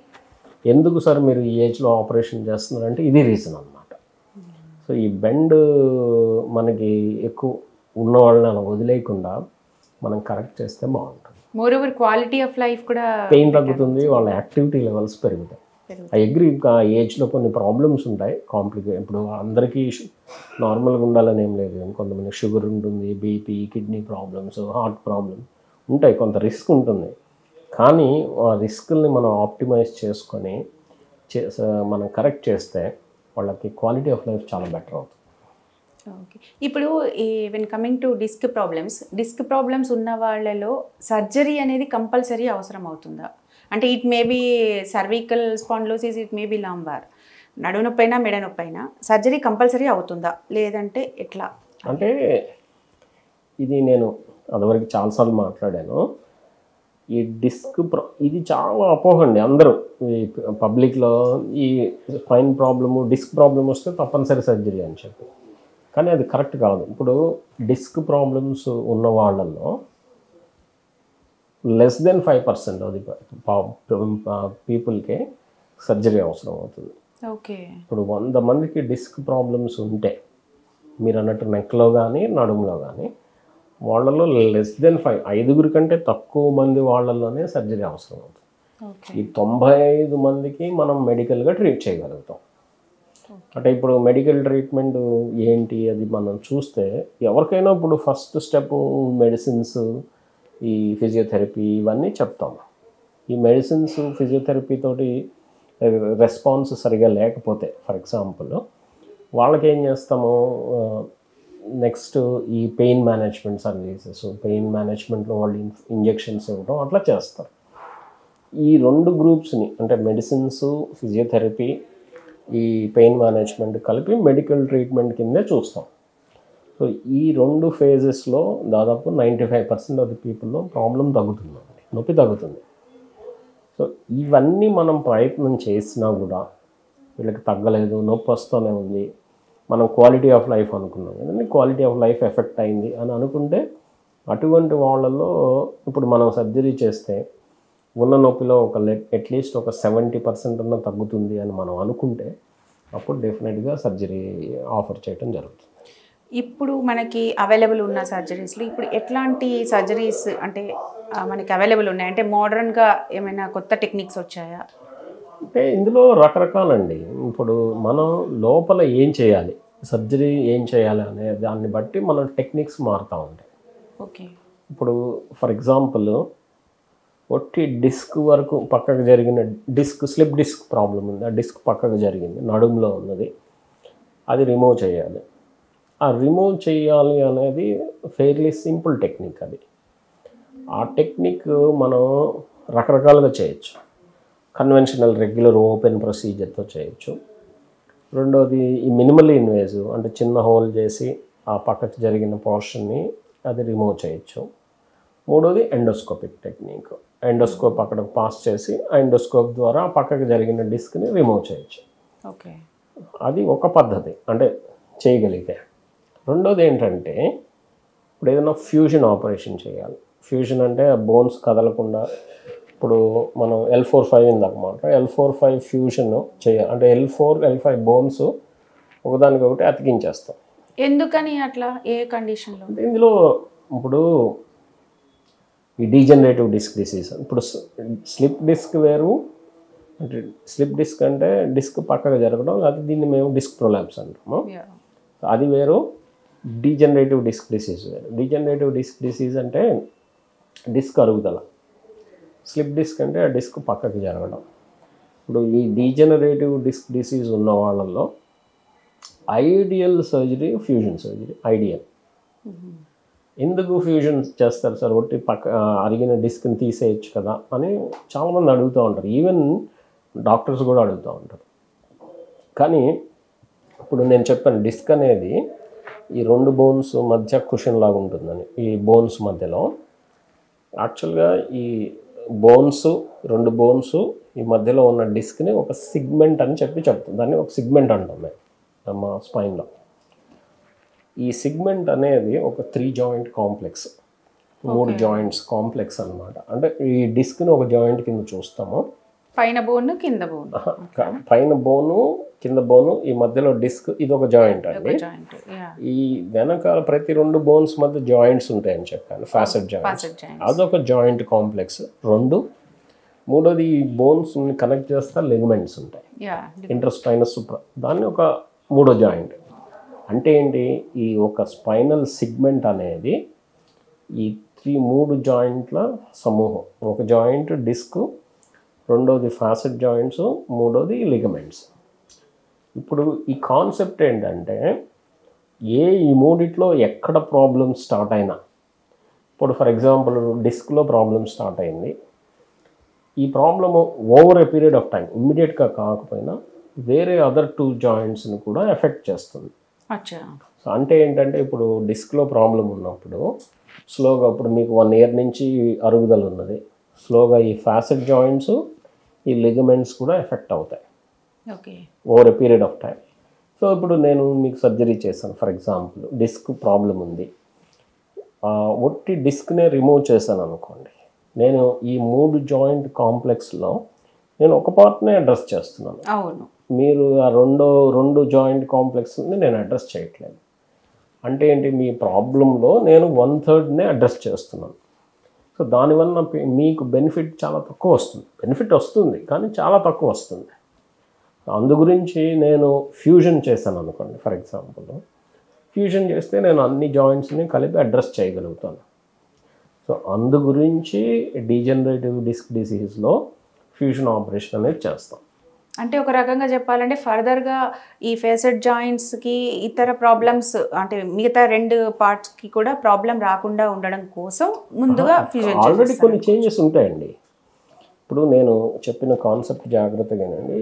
ఈ సిగ్మెంట్ అనేది 3 జాయింట్ల సమూహం, అది అర్థమైంది కదా.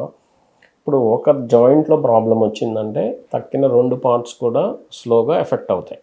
అది ఎఫెక్ట్ కాకుండా ప్రివెంట్ చేయడానికి ఫ్యూజన్ చేస్తున్నారా అంటారు? లేదు, ఆల్రెడీ ఎఫెక్ట్ అవుతాయి ఓకే స్లోగా. ఇప్పుడు అవి ఎఫెక్ట్ కాకపోతే నేను ఒకటి డిస్క్ సర్జరీ చేస్తే సరిపోతుంది. ఓకే, ఇప్పుడు అవి ఎఫెక్ట్ అయి ఉంటాయి. అవి ఎఫెక్ట్ అయి ఉంటే అంటే 3 జాయింట్స్ ఎఫెక్ట్ అయినాయి మీకు బాడీలో, నేను ఒకదానికే ఆపరేషన్ చేస్తాను. అంటే ఒకటి డిస్క్ తీసేసానంటే మరి ఈ 2 జాయింట్స్ నేను అడ్రస్ చేయట్లేదు కదా, అప్పుడు మీకున్న ప్రాబ్లంలో కొంచెమే తగ్గుతుంది, మొత్తం తగ్గదు. సో ఈ 3 జాయింట్స్ని మనం కలిపి అడ్రస్ చేయాలంటే మనం చేయాల్సింది ఫ్యూజన్ ఆపరేషన్ అన్నమాట. ఆ ప్రాబ్లం కూడా సాల్వ్ అవుతుంది, కూడా దానివల్ల వచ్చే నొప్పి కూడా సాల్వ్ అవుతుంది. సో అందు గురించే ఫ్యూజన్ ఆపరేషన్ అటువంటి పరిస్థితుల్లో చేస్తాం. ఏదో స్క్రూస్ వేయాలి అట్లా కాకుండా ఇది రీజన్ అనమాట. సో ఫ్యూజన్ ఆపరేషన్ చేయాలనుకుందాం, ఫర్ ఎగ్జాంపుల్ ఇప్పుడు మనం చెప్పాం స్లిప్ డిస్క్ని మనం 3 పద్ధతుల ద్వారా చేయొచ్చు. ఈ ఫ్యూజన్ ఆపరేషన్ని మామూలు కన్వెన్షనల్ రెగ్యులర్ ప్రొసీజర్, ఓపెన్ ప్రొసీజర్తో చేయొచ్చు. ఈ మినిమల్లీ ఇన్వేజివ్ పద్ధతి ద్వారా స్క్రూస్ వేసి చేయొచ్చు. ఈ ఎండోస్కోప్ పద్ధతి ద్వారా మనం స్క్రూస్ వేయటం అనేది కుదరదు. సో దానికి తప్పనిసరిగా స్క్రూస్ మనం కీ హోల్స్ చేసి వేయాల్సిందే. ఇప్పుడు ఎండోస్కోప్ పద్ధతి ద్వారా ఒక్కొక్కసారి ఏం చేయొచ్చు అంటే ఆ డిస్క్ ఉంది కదండి, ఆ డిస్క్ తీసేసి దాని ప్లేస్లో చిన్న మెష్ లాంటిది పెడతాం. ఆ మెష్ పెట్టడం వరకు మనం ఎండోస్కోప్తో పెట్టచ్చు. ఓకే, కానీ దానివల్ల కొన్ని డిసడ్వాంటేజెస్ ఉండే అవకాశాలు ఉన్నాయి. ఇంకా అది పెద్ద స్టాండర్డైజ్డ్ ప్రొసీజర్ కాదు. బట్ ఓవరాల్గా ఫ్యూజన్ ఆపరేషన్ చేయాలంటే ఏదర్ ఓపెన్ ఆపరేషన్ కానీ మినిమల్ ఇన్వేసివ్ సర్జరీ కానీ.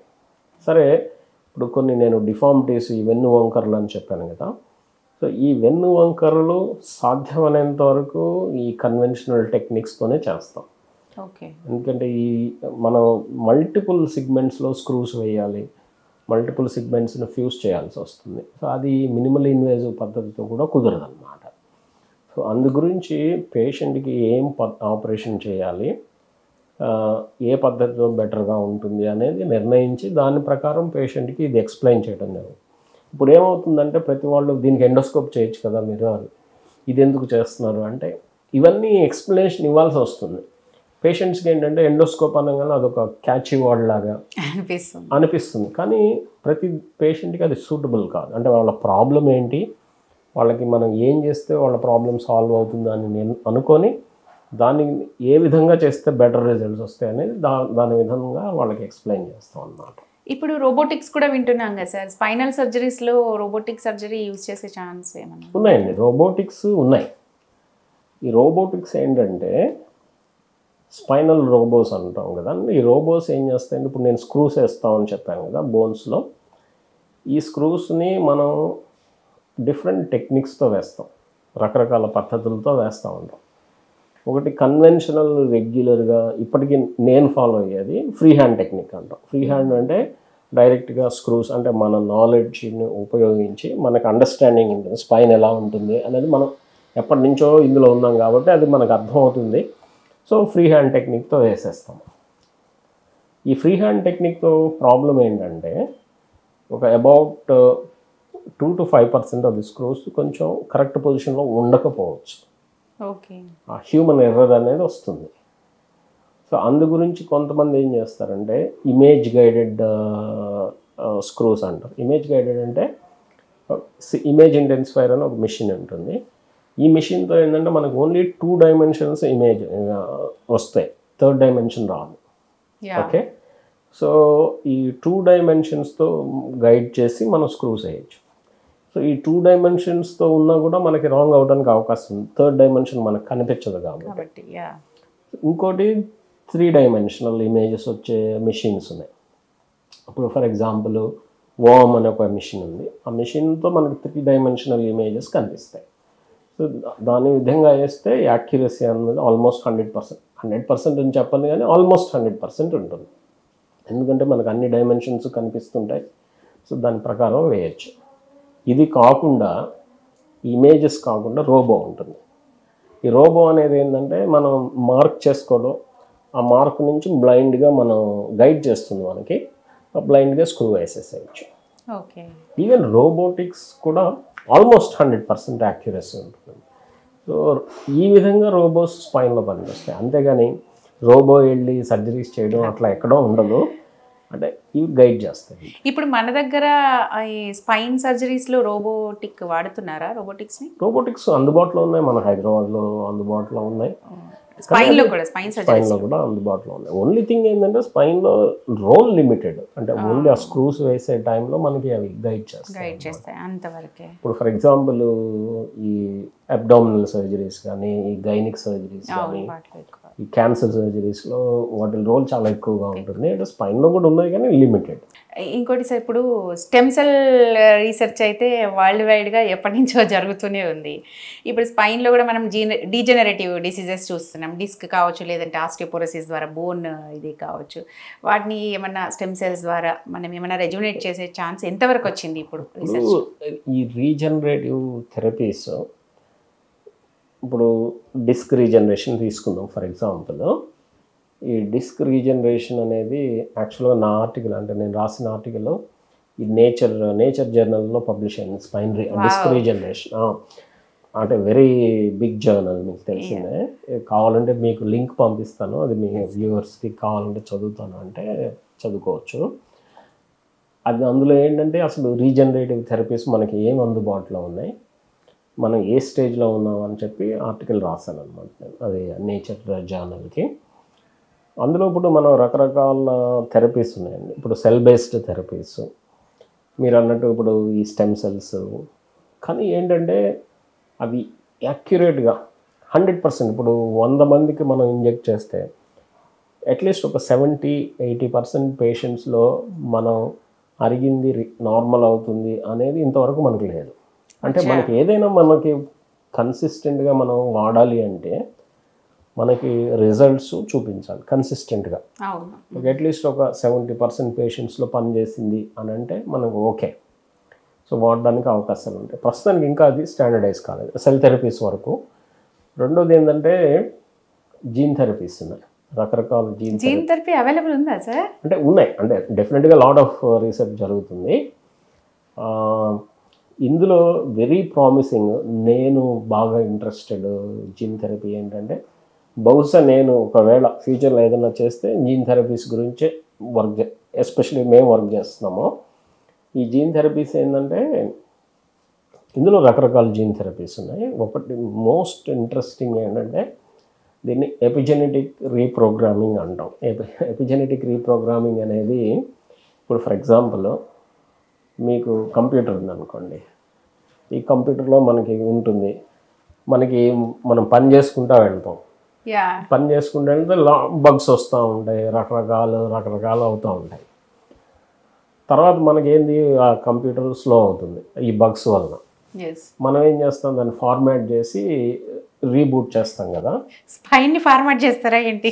అట్లనే ఇప్పుడు మనకి ఏజ్ పెరిగే కొంది మనకి ఈ అరుగుదల వలన అంటే మనకి పని చేసే కొంది మనకు స్లో అవుతుంది ఫంక్షన్.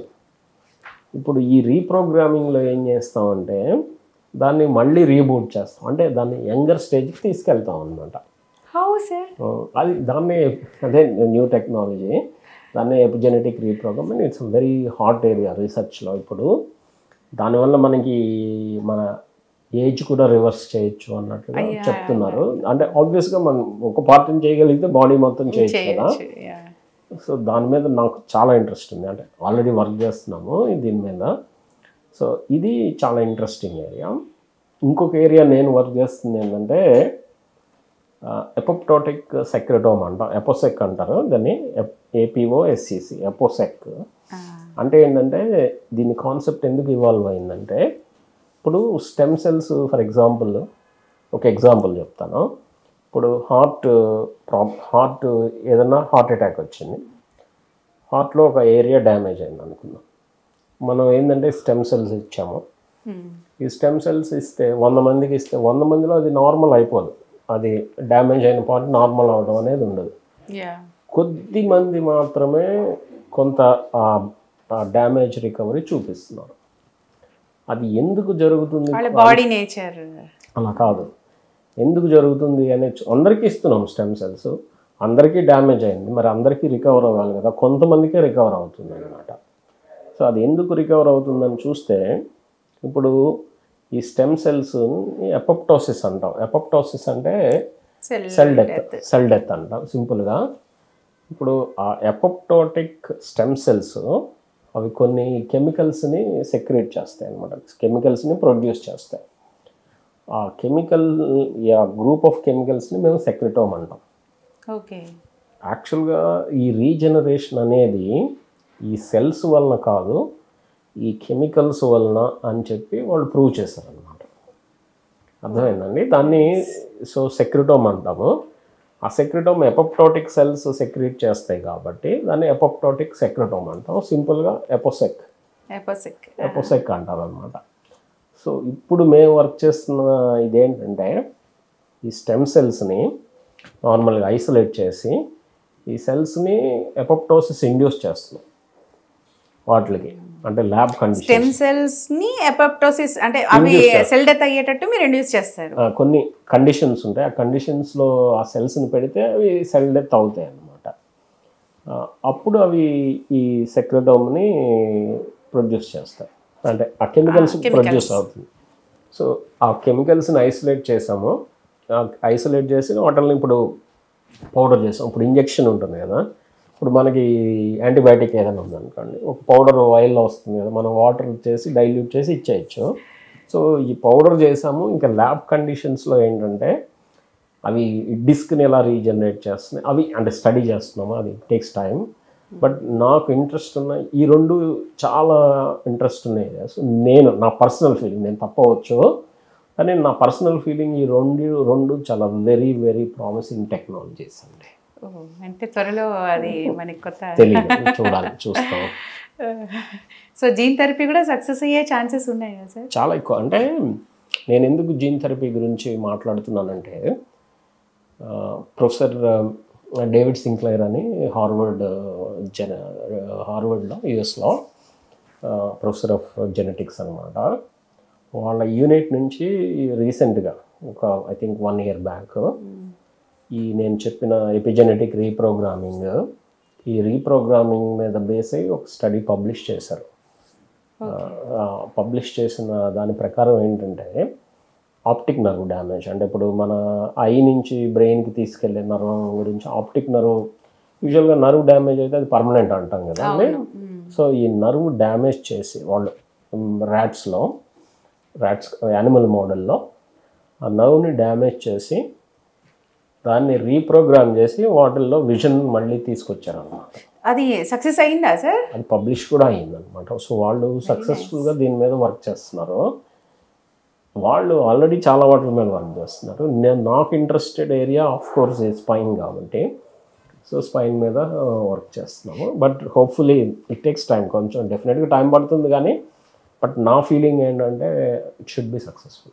సో ఈ లెక్కన ఒకవేళ ఇది అంటే హ్యూమన్ ట్రయల్స్లో కూడా సక్సెస్ అయితే రేపొద్దున మనం పక్షవాతానికి కూడా బాగా చేయొచ్చు. నర్వ్ రిలేటెడ్ నర్వ్స్ని రీజనరేట్ చేయొచ్చు, ఈ స్పైనల్ కార్డ్ ఇంజరీస్ని రీజనరేట్, అంటే సక్సెస్ అయితే మాత్రం సక్సెస్ హ్యూజ్ బ్రేక్ త్రూ అండి సైన్స్లో. అంటే బేసిక్గా ఈ సెల్ని వెనక్కి తీసుకెళ్తున్నాం, వాటిని ఇప్పుడు దాని ఏజ్ని వెనక్కి తీసుకెళ్తున్నాం అన్నమాట ఓవరాల్గా సెల్ని. అంతే. ఇప్పుడు అది ఒక 60 year old సెల్ అనుకోండి, 60 సంవత్సరాలు సెల్కి అనుకుందాం, దాన్ని 25 yearsకి తీసుకెళ్తున్నాం. అంటే ఇంకా యంగ్ స్టేజ్కి తీసుకెళ్ళడానికి కుదరదు, బట్ ఆ ఏజ్ వరకు నేను అనుకోవడం even up to let's 20 years వరకు తీసుకెళ్ళచ్చు. సో ఓవరాల్గా ఇప్పుడు స్పైన్ హెల్త్ బాగుండాలి అంటే అంటే ఇప్పుడు మెడ నొప్పి జనరల్గా కామన్గా అందరూ మాట్లాడేది మెడ నొప్పి, నడుము నొప్పి, ఆ రిలేటెడ్ ఇష్యూస్ బాగుండాలి, హెల్తీగా స్పైన్ ఉండాలి అంటే ఎట్లాంటి ప్రికాషన్స్ తీసుకోవాలి, ఎప్పుడు డాక్టర్ని కలవాలి? ఈ ఎప్పుడు డాక్టర్ని కలవాలనేది ఫస్ట్ చెబుతానండి. అంటే ఇప్పుడు నేను ఒకసారి మన ఇంటర్వ్యూలో మధ్యలో భాగంగా రెడ్ ఫ్లాగ్స్ అని చెప్పాను. సో ఈ సంవత్సరాల తరబడి అశ్రద్ధ చేయడం ఇవన్నీ కాకుండా ఫస్ట్ ఏంటంటే 18 years కంటే బిలో ఉన్న వాళ్ళల్లో ఏదైనా సరే నెక్ పెయిన్ కానీ లో బ్యాక్ పెయిన్ వస్తే అసలు ఏజ్ ఒకటి చాలా ఇంపార్టెంట్ ఫ్యాక్టర్. ఓకే, 18 years లోపల 55 years అబౌవ్ ఎవరికి పెయిన్ వచ్చినా వెంటనే డాక్టర్ని కలవడం మంచిది. ఎందుకంటే ఏదైనా ప్రాబ్లం ఉండడానికి ఛాన్సెస్ ఎక్కువ ఉంటాయి, ఉండాలని రూల్ లేదు కానీ ఛాన్సెస్ చాలా ఎక్కువ ఉంటాయి ఒకటి. రెండోది ఏంటంటే ఏదైనా చిన్న దెబ్బ తగిలిన, చిన్న ఇంజరీ అయినా సరే, ట్విస్ట్ అయింది, ఇప్పుడు ఏదైనా చిన్న జారింది, ఇంట్లో నడుస్తూ ఉంటే నేల తడిగా ఉంది మనం చూసుకోలేదు జారింది, అప్పుడు నొప్పి వచ్చినా మనకి తెలియదు, ఏదైనా ఫ్రాక్చర్ అయ్యి ఉండొచ్చు, పాసిబిలిటీ ఉంది. సో ఇంజరీ ఉన్నా కానీ చిన్న ఇంజరీ అయినా, పెద్ద యాక్సిడెంట్ అవ్వాలని అవసరం లేదు, చిన్న కింద పడ్డప్పుడు నొప్పి అనేది వస్తుంది అంటే వెంటనే కలవడం మంచిది. మూడోది ఏంటంటే మీకు ఇందాక చెప్పాను రేడియేటింగ్ పెయిన్ ఉంటే, ఈ నర్వ్ కంప్రెషను ఏదైనా ఉంటే ఇది, సో రేడియేటింగ్ పెయిన్ వస్తుంది. ఇప్పుడు నెక్ పెయిన్ ఉంది, చేతుల్లోకి రేడియేట్ అవుతుంది అంటే ఇట్స్ క్లియర్ నర్వ్ కంప్రెషన్ ఉంది ఎక్కడ. లేకపోతే నడుము నొప్పి ఉంది, కాళ్ళల్లోకి పెయిన్ రేడియేట్ అవుతుంది, అది క్లియర్ నడుములో ఎక్కడో నర్వ్ కంప్రెషన్ ఉంది. సో ఇవి నెగ్లెక్ట్ చేయకూడదు. సో రేడియేటింగ్ పెయిన్ ఏదున్నా కానీ, ఇంకోటి నర్వ్ రిలేటెడ్ కంప్లైంట్స్ ఏదన్నా మనం చెప్పుకున్నాం, తిమ్మిర్లు కానీ మంటలు కానీ మొద్దుబారినట్లు ఉన్నా కానీ మనం నెగ్లెక్ట్ చేయకూడదు. ఇవి నేను చెప్పాను, ఫీవర్ ఉన్న, ఆకలి తగ్గిన, బరువు తగ్గిన, సో అవి లోపల ఏదైనా ఇన్ఫెక్షన్ ఉండొచ్చు, ఈ ట్యూమర్ ఉండొచ్చు, నడిచే ఇది అలాంగ్ విత్ పెయిన్ పెయిన్ నడుము నొప్పితో పాటు ఇట్లాంటి ఏదైనా ఉంటే ఫీవర్, బరువు తగ్గడం, ఇట్లాంటి ఏదైనా ప్రాబ్లం ఉండొచ్చు. ఇంకోటి నడకలో తేడా రావడం, నడిచే విధానంలో తేడా రావడం, యూరిన్ మోషన్ డిస్టర్బెన్సెస్ ఏదున్నా కానీ, ఇవి బ్రాడ్గా ఇట్లాంటి ఏదున్నా సరే ఇమ్మీడియట్గా డాక్టర్ని కలవడం మంచిదే. ఓకే, ఇక్కడ నాకు సారీ ఫర్ ది ఇంటరప్షన్, ఒక డౌట్ ఏంటంటే ఇప్పుడు రేడియేటింగ్ పెయిన్ వచ్చినప్పుడు నెగ్లెక్ట్ చేయొద్దు, వెళ్ళాలి అంటారు కదా, బట్ ఇది జనరల్గా ఈ మెడ నొప్పి కానీ నడు నొప్పి కానీ ఉన్న వాళ్ళలో ఆ పెయిన్, రేడియేటింగ్ పెయిన్ కాన్స్టెంట్గా ఉండదు, అంటే కొద్దిసేపు ఉంటుంది, మళ్ళీ ఓ వారం తర్వాత మళ్ళీ ఎప్పుడో వస్తుంది, అట్లా ఉంటే ఎట్లా? ఇప్పుడు ఏదైనా సరే సాధారణంగా నర్వ్ పెయిన్స్ ఎట్లా ఉంటాయంటే ఎపిసోడిక్గా ఉంటాయి. ఎపిసోడిక్గా అంటే అర్థం ఏంటి? ఇప్పుడు ఫర్ ఎగ్జాంపుల్ ఈరోజు పెయిన్ ఉంది, రేపు కొంచెం తగ్గచ్చు, మళ్ళీ ఎల్లుండి నొప్పి రావచ్చు, అట్లా. అంటే కాన్స్టెంట్గా ఉండాలని రూల్ ఏం లేదు. కానీ ఫర్ ఎగ్జాంపుల్ ఇంకొక విషయం, ఇప్పుడు ఫర్ ఎగ్జాంపుల్ ఇవాళ వచ్చింది నొప్పి, ఆగిపోయి మళ్ళీ ఎప్పుడో ఒక నెల తర్వాత వచ్చింది, మధ్యలో అసలు ఏం లేదంటే దాన్ని మనం ప్రాబబ్లీ వెయిట్ అండ్ వాచ్ పాలసీలో చూడవచ్చు. అంటే అది కేస్ టు కేస్ బేసిస్ మీద వాళ్ళ సిచ్యుయేషన్ బట్టి మేము అసెస్ చేసుకుంటూ ఉంటాం అనమాట. ఇప్పుడు నాకు ఇది గైడ్ అనమాట. ఎంఆర్ఐ చేయాలనుకోండి ఫర్ ఎగ్జాంపుల్, అందరికీ నేను ఎంఆర్ఐ చేయను. చూస్తాము వీళ్ళకి రెడ్ ఫ్లాగ్స్ ఉన్నాయా. సో రెడ్ ఫ్లాగ్స్ ఉన్న వాళ్ళకి తప్పనిసరిగా వెంటనే మేము ఎంఆర్ఐ చేసేసుకోండి, లోపల ప్రాబ్లం ఏముంది అనేది చూస్తాం అన్నమాట. అదే ఈ రెడ్ ఫ్లాగ్ లేదు అనుకున్న వాళ్ళకి ఏం చేస్తామంటే మెడికల్ ట్రీట్మెంట్ ట్రయల్ ఇచ్చి చూస్తాం. అంటే ఈ టెస్ట్లు ఏం చేయకుండా పెయిన్ తగ్గడానికి ఇచ్చి చూస్తాము. ఈ ట్రీట్మెంట్ తగ్గలేదు అనుకోండి, అప్పుడు చేస్తాం. ఓకే, అర్థమవుతుంది. ఇప్పుడు ఫస్ట్ ఈ రెడ్ ఫ్లాగ్స్ అనేది చూస్తాము. ఈ రెడ్ ఫ్లాగ్స్ ఉంటే మనం తప్పనిసరిగా టెస్టులు చేసి లోపల ప్రాబ్లం ఏంటనేది చూస్తాం. ఈ రెడ్ ఫ్లాగ్స్ లేని వాళ్ళకి మెడికల్ ట్రీట్మెంట్ ఇచ్చి చూస్తాము. ఈ మెడికల్ ట్రీట్మెంట్ తగ్గిపోతే అక్కడ అయిపోయింది, ఇంకా దాన్ని ఏం చేయము. కానీ తగ్గలేదు అనుకున్న వాళ్ళకి అప్పుడు చేస్తాం. అదే అనమాట. సో ఈ కంప్లైంట్స్ ఉన్నప్పుడు డాక్టర్ని కలవడం ఇంపార్టెంట్. రెండోది జాగ్రత్తలు. ఈ జాగ్రత్తలు రెగ్యులర్ ఎక్సర్సైజెస్ అనేది ఎప్పుడు ఇంపార్టెంటే. అంటే సార్ ఇక్కడ ఎక్సర్సైజెస్ అంటే స్పెషల్గా స్పైన్ ఎక్సర్సైజెస్ అనేమన్నా చెయ్యాలా? అట్లా ఏం లేదండి. ఇప్పుడు అవి రాకుండా జాగ్రత్త, వచ్చిన వాళ్ళకి వేరు, రాకుండా తీసుకోవాల్సింది ఇప్పుడు జనరల్ బాడీ ఎక్సర్సైజెస్. ఇప్పుడు ఏదైనా వాకింగ్ కానీ మనం ఏదైనా చేయొచ్చు, జాగింగ్, సైక్లింగ్, స్విమ్మింగ్, ఏదైనా మీరు వెయిట్ ట్రైనింగ్స్ ఏదైనా చేయొచ్చు. కానీ ఎక్సర్సైజ్ అనేది ఇంపార్టెంట్. సెడెంటరీ లైఫ్ స్టైల్ కాకుండా ఏదో ఒకటి చేయడం ఇంపార్టెంట్. రెండోది స్మోకింగ్. నేను ఎప్పుడు చాలాసార్లు చెప్తానండి నా వీడియోస్లో, స్మోకింగ్ వల్ల స్పైన్ మీద చాలా బ్యాడ్ ఎఫెక్ట్స్ ఉంటాయండి. ఓకే, జనరల్గా స్మోకింగ్ అంటే లంగ్స్ అనే అనుకుంటారు. లంగ్స్, హార్ట్, క్యాన్సర్స్ ఇవన్నీ అందరికీ తెలుసు. ఇప్పుడు ఈ డిస్క్ ప్రాబ్లమ్స్ స్మోకింగ్ చేసే వాళ్ళలో చాలా ఎక్కువగా వస్తుంది. ఓకే, ఇంకొక ప్రాబ్లం ఇక్కడ ఏంటంటే ఈ రెస్పాన్స్ టు మెడికల్ ట్రీట్మెంట్. ఇప్పుడు ఒక గ్రూప్ స్మోకింగ్ చేస్తున్నారు అనుకుందాం, ఒకళ్ళు స్మోకింగ్ చేయట్లేదు అనుకుందాం. స్మోకింగ్ చేయని వాళ్ళు చాలా క్విక్గా రెస్పాండ్ అవుతారు మెడిసిన్స్కి. ఓకే, స్మోకింగ్ చేసేవాళ్ళు కొంచెం తక్కువగా పూర్గా రెస్పాండ్ అవుతారు. సో ప్రాబ్లం రావడమే కాదు, రెండోది రెస్పాన్స్ మెడికల్ ట్రీట్మెంట్ పూర్గా ఉంటుంది. సో ఏ ట్రీట్మెంట్ కూడా ఇన్ని డిసడ్వాంటేజెస్ ఉన్నాయి స్మోకింగ్ వల్ల స్పైన్ మీద. సో డిస్క్ ప్రాబ్లమ్స్ ఎక్కువగా వస్తాయి ఒకటి, రెండోది రెస్పాన్స్ పూర్గా ఉంటుంది స్మోకింగ్ మెడికల్ ట్రీట్మెంట్కి. ఈ సర్జరీ ఒకవేళ చేయాల్సి వస్తే సర్జికల్ రిస్కులు పెరుగుతాయి, ఇన్ఫెక్షన్స్ రావచ్చు, ఈ ఫ్యూజన్ ప్రాసెసే సరిగా జరగకపోవచ్చు, ఇట్లాంటివి ఉంటాయి అన్నమాట. సో స్మోకింగ్ చేసేవాళ్ళు తప్పనిసరిగా స్మోకింగ్ ఆపేయాలి బ్యాక్ ప్రాబ్లమ్స్ రాకుండా ఉండాలంటే. సార్ ఇక్కడ ఇంకోటి, ఇప్పుడు అంటే స్మోకింగ్ చేసే వాళ్ళలో ఏజ్ చిన్న వయసులోనే డిస్క్లు అరిగిపోయే ప్రమాదం, అంటే 30s లోనే డిస్క్లు అరగవచ్చు. 30s ఏంటండి, ఈవెన్ ఇప్పుడు 16-17 ఏళ్ళ వాళ్ళలో కూడా ఈ డిస్క్ అరిగిపోవచ్చు. అంటే దీనికి ఏమైనా ఎక్కువ కాలం స్మోక్ చేసేది ఉండాలా లేదంటే? ఇది మంచి క్వశ్చన్. ఇది యాక్చువల్గా దీన్ని ఈ డోస్ డిపెండెంట్ అంటాం. మీరు అన్నట్లు ఇప్పుడు సార్ నేను ఒకటే సిగరెట్ తాగుతాను సార్, నాకెందుకు లేదు 10 సిగరెట్లు తాగుతాను, అట్లా కాకుండా స్మోకింగ్ చేస్తే చాలు. ఓకే, సో 10 చేస్తేనే రావాలి, 1 చేస్తే రాదు, అట్లా ఎక్కడా లేదు. డోస్ డిపెండెంట్ అంటాం. అంటే ఎక్కువ డోస్ ఉంటేనే ప్రాబ్లం వస్తుంది, తక్కువ డోసు ఉంటే రాదు అనేది ఎక్కడ లేదు. సో మీరు చేస్తే వచ్చే అవకాశాలు ఉన్నాయి. స్మోక్ చేశారంటే నడుము విరుగుతుంది అనాలి. సో ఇది స్మోకింగ్ అవాయిడ్ చేయమన్నా. So regular exercises, smoking. మూడోది ఇంపార్టెంట్ స్ట్రెస్ తగ్గించుకోవడం. స్ట్రెస్ వలన ప్రాబ్లమ్స్, ఈ స్ట్రెస్ తగ్గించుకునే మార్గాలు యోగా కానీ, మెడిటేషన్ కానీ, ఏదో ఒక హాబీ బిల్డ్ చేసాం, రీడింగ్ బుక్స్, మ్యూజిక్, గేమ్స్. అంటే స్ట్రెస్ వల్ల డీజనరేషన్ ప్రాసెస్ ఎక్కువ. ఇది ఎగ్జాక్ట్గా ఇది అని తెలియదు కానివ్వండి, ఇది అంటే మనకి సైంటిఫిక్గా ఇది, కానీ స్టాటిస్టికల్గా ఈ స్ట్రెస్ ఎక్కువగా ఉన్న వాళ్ళలో బ్యాక్ ప్రాబ్లమ్స్ ఎక్కువగా వస్తున్నాయి. కానీ ఎగ్జాక్ట్గా లోపల ఏం జరుగుతుంది అనేది మనకి రీజన్ తెలియదు, బట్ స్టాటిస్టికల్గా డెఫినెట్గా ఎక్కువ రిలేషన్ ఉన్నది. Sleep, adequate sleep, minimum 7 hours అండి. అడల్ట్స్ 18 years దాటిన వాళ్ళు రోజుకి 7 గంటలు నిద్రపోవాలి. అంతకంటే 7 to 8 hours వేసుకోండి, మినిమం అయితే 7 hours. సో అంతకంటే తగ్గితే సో డెఫినెట్గా బాడీ మీద మల్టిపుల్ ఎఫెక్ట్స్ ఉంటాయి.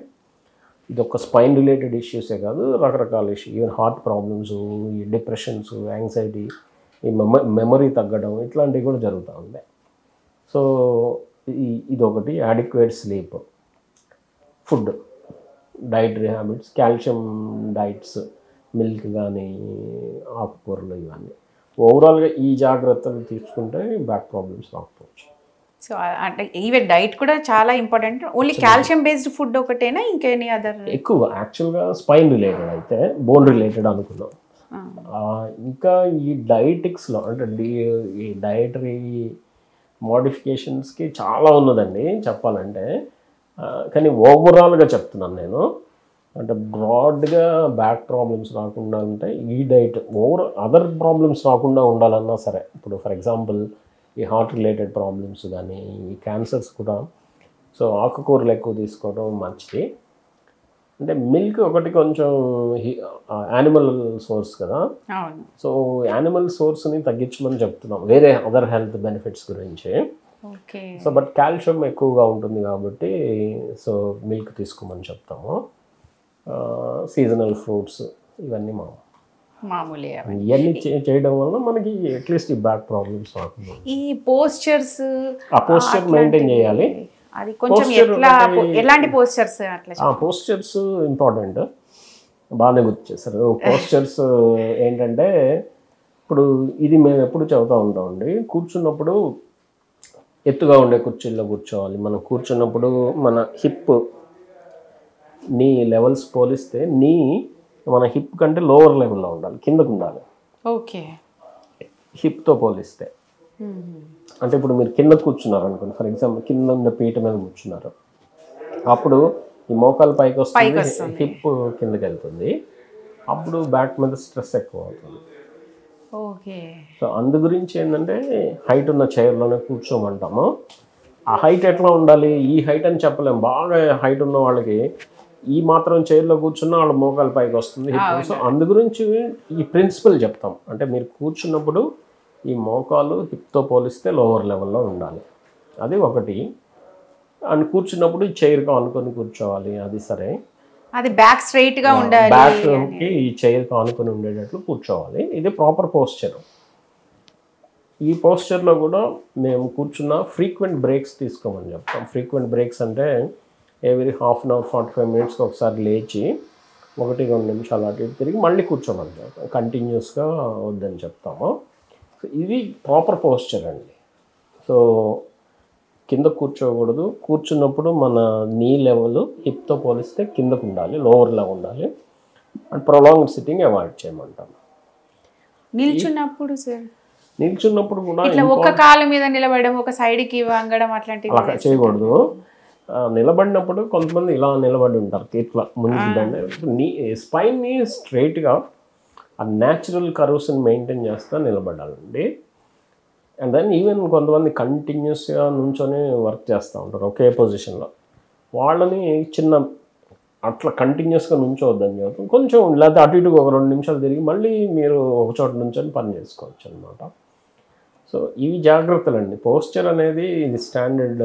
ఇది ఈ ఎక్కువ మంది కూర్చొని వర్క్ చేస్తున్నారు కదా ఇప్పుడు అందరూ. ఇప్పుడు సాఫ్ట్వేర్ జాబ్స్ కానీ వేరే జాబ్స్ కానీ ఏదైనా సరే మేము కూడా కూర్చొని పేషెంట్స్ని చూస్తాం కంటిన్యూస్గా. సో ఇవి చేసినప్పుడు ఈ పోస్చర్ మెయింటైన్ చేయడం.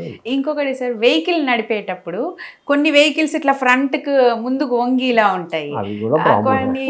అది ఎట్లా ముందుకు బెండ్ అయితే ఎందుకు బెండ్ కాకూడదని అంటే, ఇప్పుడు ముందుకు స్పైన్ ఇలా బెండ్ చేశారు, ఇలా బెండ్ అయితే ఈ డిస్క్ అనుకున్నాం కదా, ఈ డిస్క్లో ప్రెషర్స్ ఉంటాయి, ఇంట్రాడిస్కల్ ప్రెషర్స్ అంటాం వాటిని మేము. ఆ ప్రెషర్ ఎక్కువ అవుతుంది అనమాట. ఇప్పుడు ఎక్కువసేపు నుంచున్నా కానీ, ఎక్కువసేపు కూర్చున్నా కానీ, ఎక్కువసేపు ముందుకు బెండ్ అయినా కానీ ఆ డిస్క్లో ప్రెషర్స్ ఎక్కువ అవుతాయి, ఈజీగా తొందరగా డ్యామేజ్ అవుతుంది. అది ఇప్పుడు ఏదో మొమెంటరీ 1-2 నిమిషాలు అంటే పర్వాలేదు, కానీ కంటిన్యూస్గా అలానే ఉంటే అవి కాన్స్టెంట్గా డిస్క్లో ప్రెషర్స్ ఎక్కువ అవుతాయి.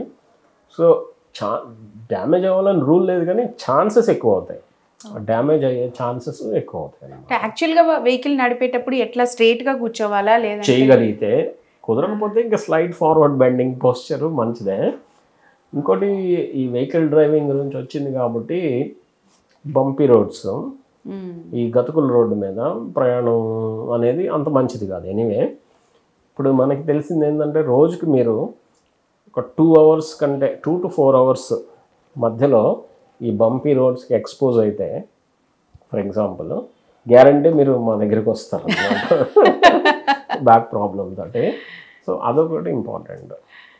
రోడ్స్ అది మన చేతిలో లేదు, మన చేతిలో లేదు, గవర్నమెంట్ చేతిలో. బట్ చెప్పడం వరకు మన ధర్మం. సో వీళ్ళు ఎవరైనా సరే ఎక్కువసేపు డ్రైవ్ చేయాలని చూసినా, అది బంపీ రోడ్స్ మీద వెళ్ళాలంటే అది అవాయిడ్ చేయగలిగితే మంచిది సాధ్యమైనంత వరకు. ఈవెన్ కార్ 4-wheeler అయినా ఏదైనా సరేనండి. అంటే అల్టిమేట్గా ఏంటంటే మన స్పైన్కి జర్క్స్ ఎలా వస్తున్నాయి అంతే. అంటే కార్లలో ఏంటంటే ఈ షాక్ అబ్జర్వర్స్ కొంచెం బెటర్గా ఉండొచ్చు 2-wheelersతో పోలిస్తే. సో మనకి ఉండే షాక్ తగ్గొచ్చు. ఏదైనా సరే ఈ జర్క్స్ అనేవి వస్తాయి కదా. ఈ ఫ్రీక్వెంట్ గా 2-wheeler నడిపే వాళ్ళలో ఏమైనా స్పాండిలోసిస్ ప్రాబ్లమ్స్ ఎక్కువ ఉండే అదే అరుగుదల. ఇప్పుడు స్పాండిలోసిస్ అంటే ఏంటి? అరుగుదల వచ్చే ఛాన్స్ ఉంటుంది. నేను చెప్పిన రీజన్స్ అట్లీస్ట్ మనం కూర్చునే పొజిషన్ అన్నా కరెక్ట్ గా చూసుకొని, పోస్చర్ ఒకటి, వర్క్ చేసేటప్పుడు రెగ్యులర్ ఎక్సర్సైజ్, మనం చెప్పిన జాగ్రత్తలు ఫాలో అయితే చాలా వరకు బ్యాక్ ప్రాబ్లమ్స్ రాకుండా ఉంటాయి. ఈ కింద కూర్చోవడము అవాయిడ్ చేయాలి, అట్లా అది కూడా చేయాలి. కింద కూర్చున్నా కూడా సేమ్ అగైన్ ఇదే డిస్క్లో ప్రెషర్స్ పెరుగుతాయి. ఇవన్నీ ఏంటంటేనండి, ఇవన్నీ చేయొద్దని చెబుతాం. చాలామంది పేషెంట్స్ సార్ చేయొద్దా, మాకు ఎన్నాళ్ళు చేయొద్దు. ఇది యాక్చువల్గా లైఫ్ లాంగ్ మెయింటైన్ చేయాలి కదండి. ఇప్పుడు కూర్చుంటే రావాలని రూల్ లేదు, కానీ వచ్చే అవకాశాలు చాలా ఎక్కువ అవుతాయి. ఇప్పుడు మామూలుగా కింద కూర్చుంటే డిస్క్లో ప్రెషర్ బిల్డ్ అవుతుంది. సో ప్రెషర్ బిల్డ్ అయితే ఎక్కువసేపు కూర్చొని ఉన్నారు for example. So pressure build అయ్యే కొద్ది డ్యామేజ్ అయ్యే అవకాశాలు ఎక్కువ అవుతాయి. అంతేగాని వాళ్ళని లేకపోయినా అయ్యే అవకాశం. ఇప్పుడు ఆల్రెడీ మీకు కొంత అరుగుదల ఉంది, మీరు ఇంకా ఈ పని చేస్తుంటే ఇంకా త్వరగా అరుగుదల వస్తుంది. బట్ సార్, కానీ మన ఇండియన్ సినారియాలో ఇండియన్ టాయిలెట్స్ ఏ వాడతాం. ఎప్పుడు ఇంతకు ముందు పాతకాలంలో చూసినా కూడా కింద కూర్చోవడమే అలవాటు, ఎస్పెషల్లీ తినేటప్పుడు పీట వేసుకొని కూర్చోవడం అలవాటు. అంత మంచిది కాదండి. అప్పుడు ఎక్కువ లేని ప్రాబ్లమ్స్ ఇప్పుడు ఎక్కువ అప్పుడు ఉండుంటాయి, మనకు తెలియదు. కానీ ఇప్పుడు ఏంటంటే మనకి మోడర్న్ డయాగ్నోస్టిక్స్ అందుబాటులోకి వచ్చాయి కదా. ఇప్పుడు అప్పుడు ఎంఆర్ఐ మిషన్ ఎక్కడో ఒకటి ఉండేది లేదు. ఇప్పుడు ఫర్ ఎగ్జాంపుల్ ఏదైనా డిస్ట్రిక్ట్స్లో ప్రాబ్లం ఉన్నాడంటే ఎంఆర్ఐ చేయించుకోవాలంటే హైదరాబాద్ రావాల్సిందే. ఇప్పుడు ప్రతి చోట మనకి ఎంఆర్ఐలు అందుబాటులో ఉన్నాయి. సో డయాగ్నోస్టిక్స్ పెరిగినాయి, లోపల ప్రాబ్లం ఏమున్నది అని ఐడెంటిఫై చేయడం ఎక్కువైంది. ఉండుంటాయి కానీ గ్యారెంటీ అంటే థియరీ అంటే వెనకాల ఉన్న ప్రిన్సిపల్ అయితే మారదు కదండి. సో ఎప్పుడైనా ఏజ్ ఎట్లా పాతకాలం అయినా ఇప్పుడైనా ప్రిన్సిపలే మారదు. బట్ మనం వాటిని ఐడెంటిఫై చేయడం ఎక్కువ. సో ఓవరాల్గా ఈ ప్రికాషన్స్ తీసుకుంటే మీకు దూరంగా ఉండొచ్చు అంతే. Anyway, okay sir, thank you sir, thank you so much. చాలా యూస్ఫుల్ ఇన్ఫర్మేషన్ ఇచ్చారు. ఓకే, నమస్కారం సార్. నమస్తే.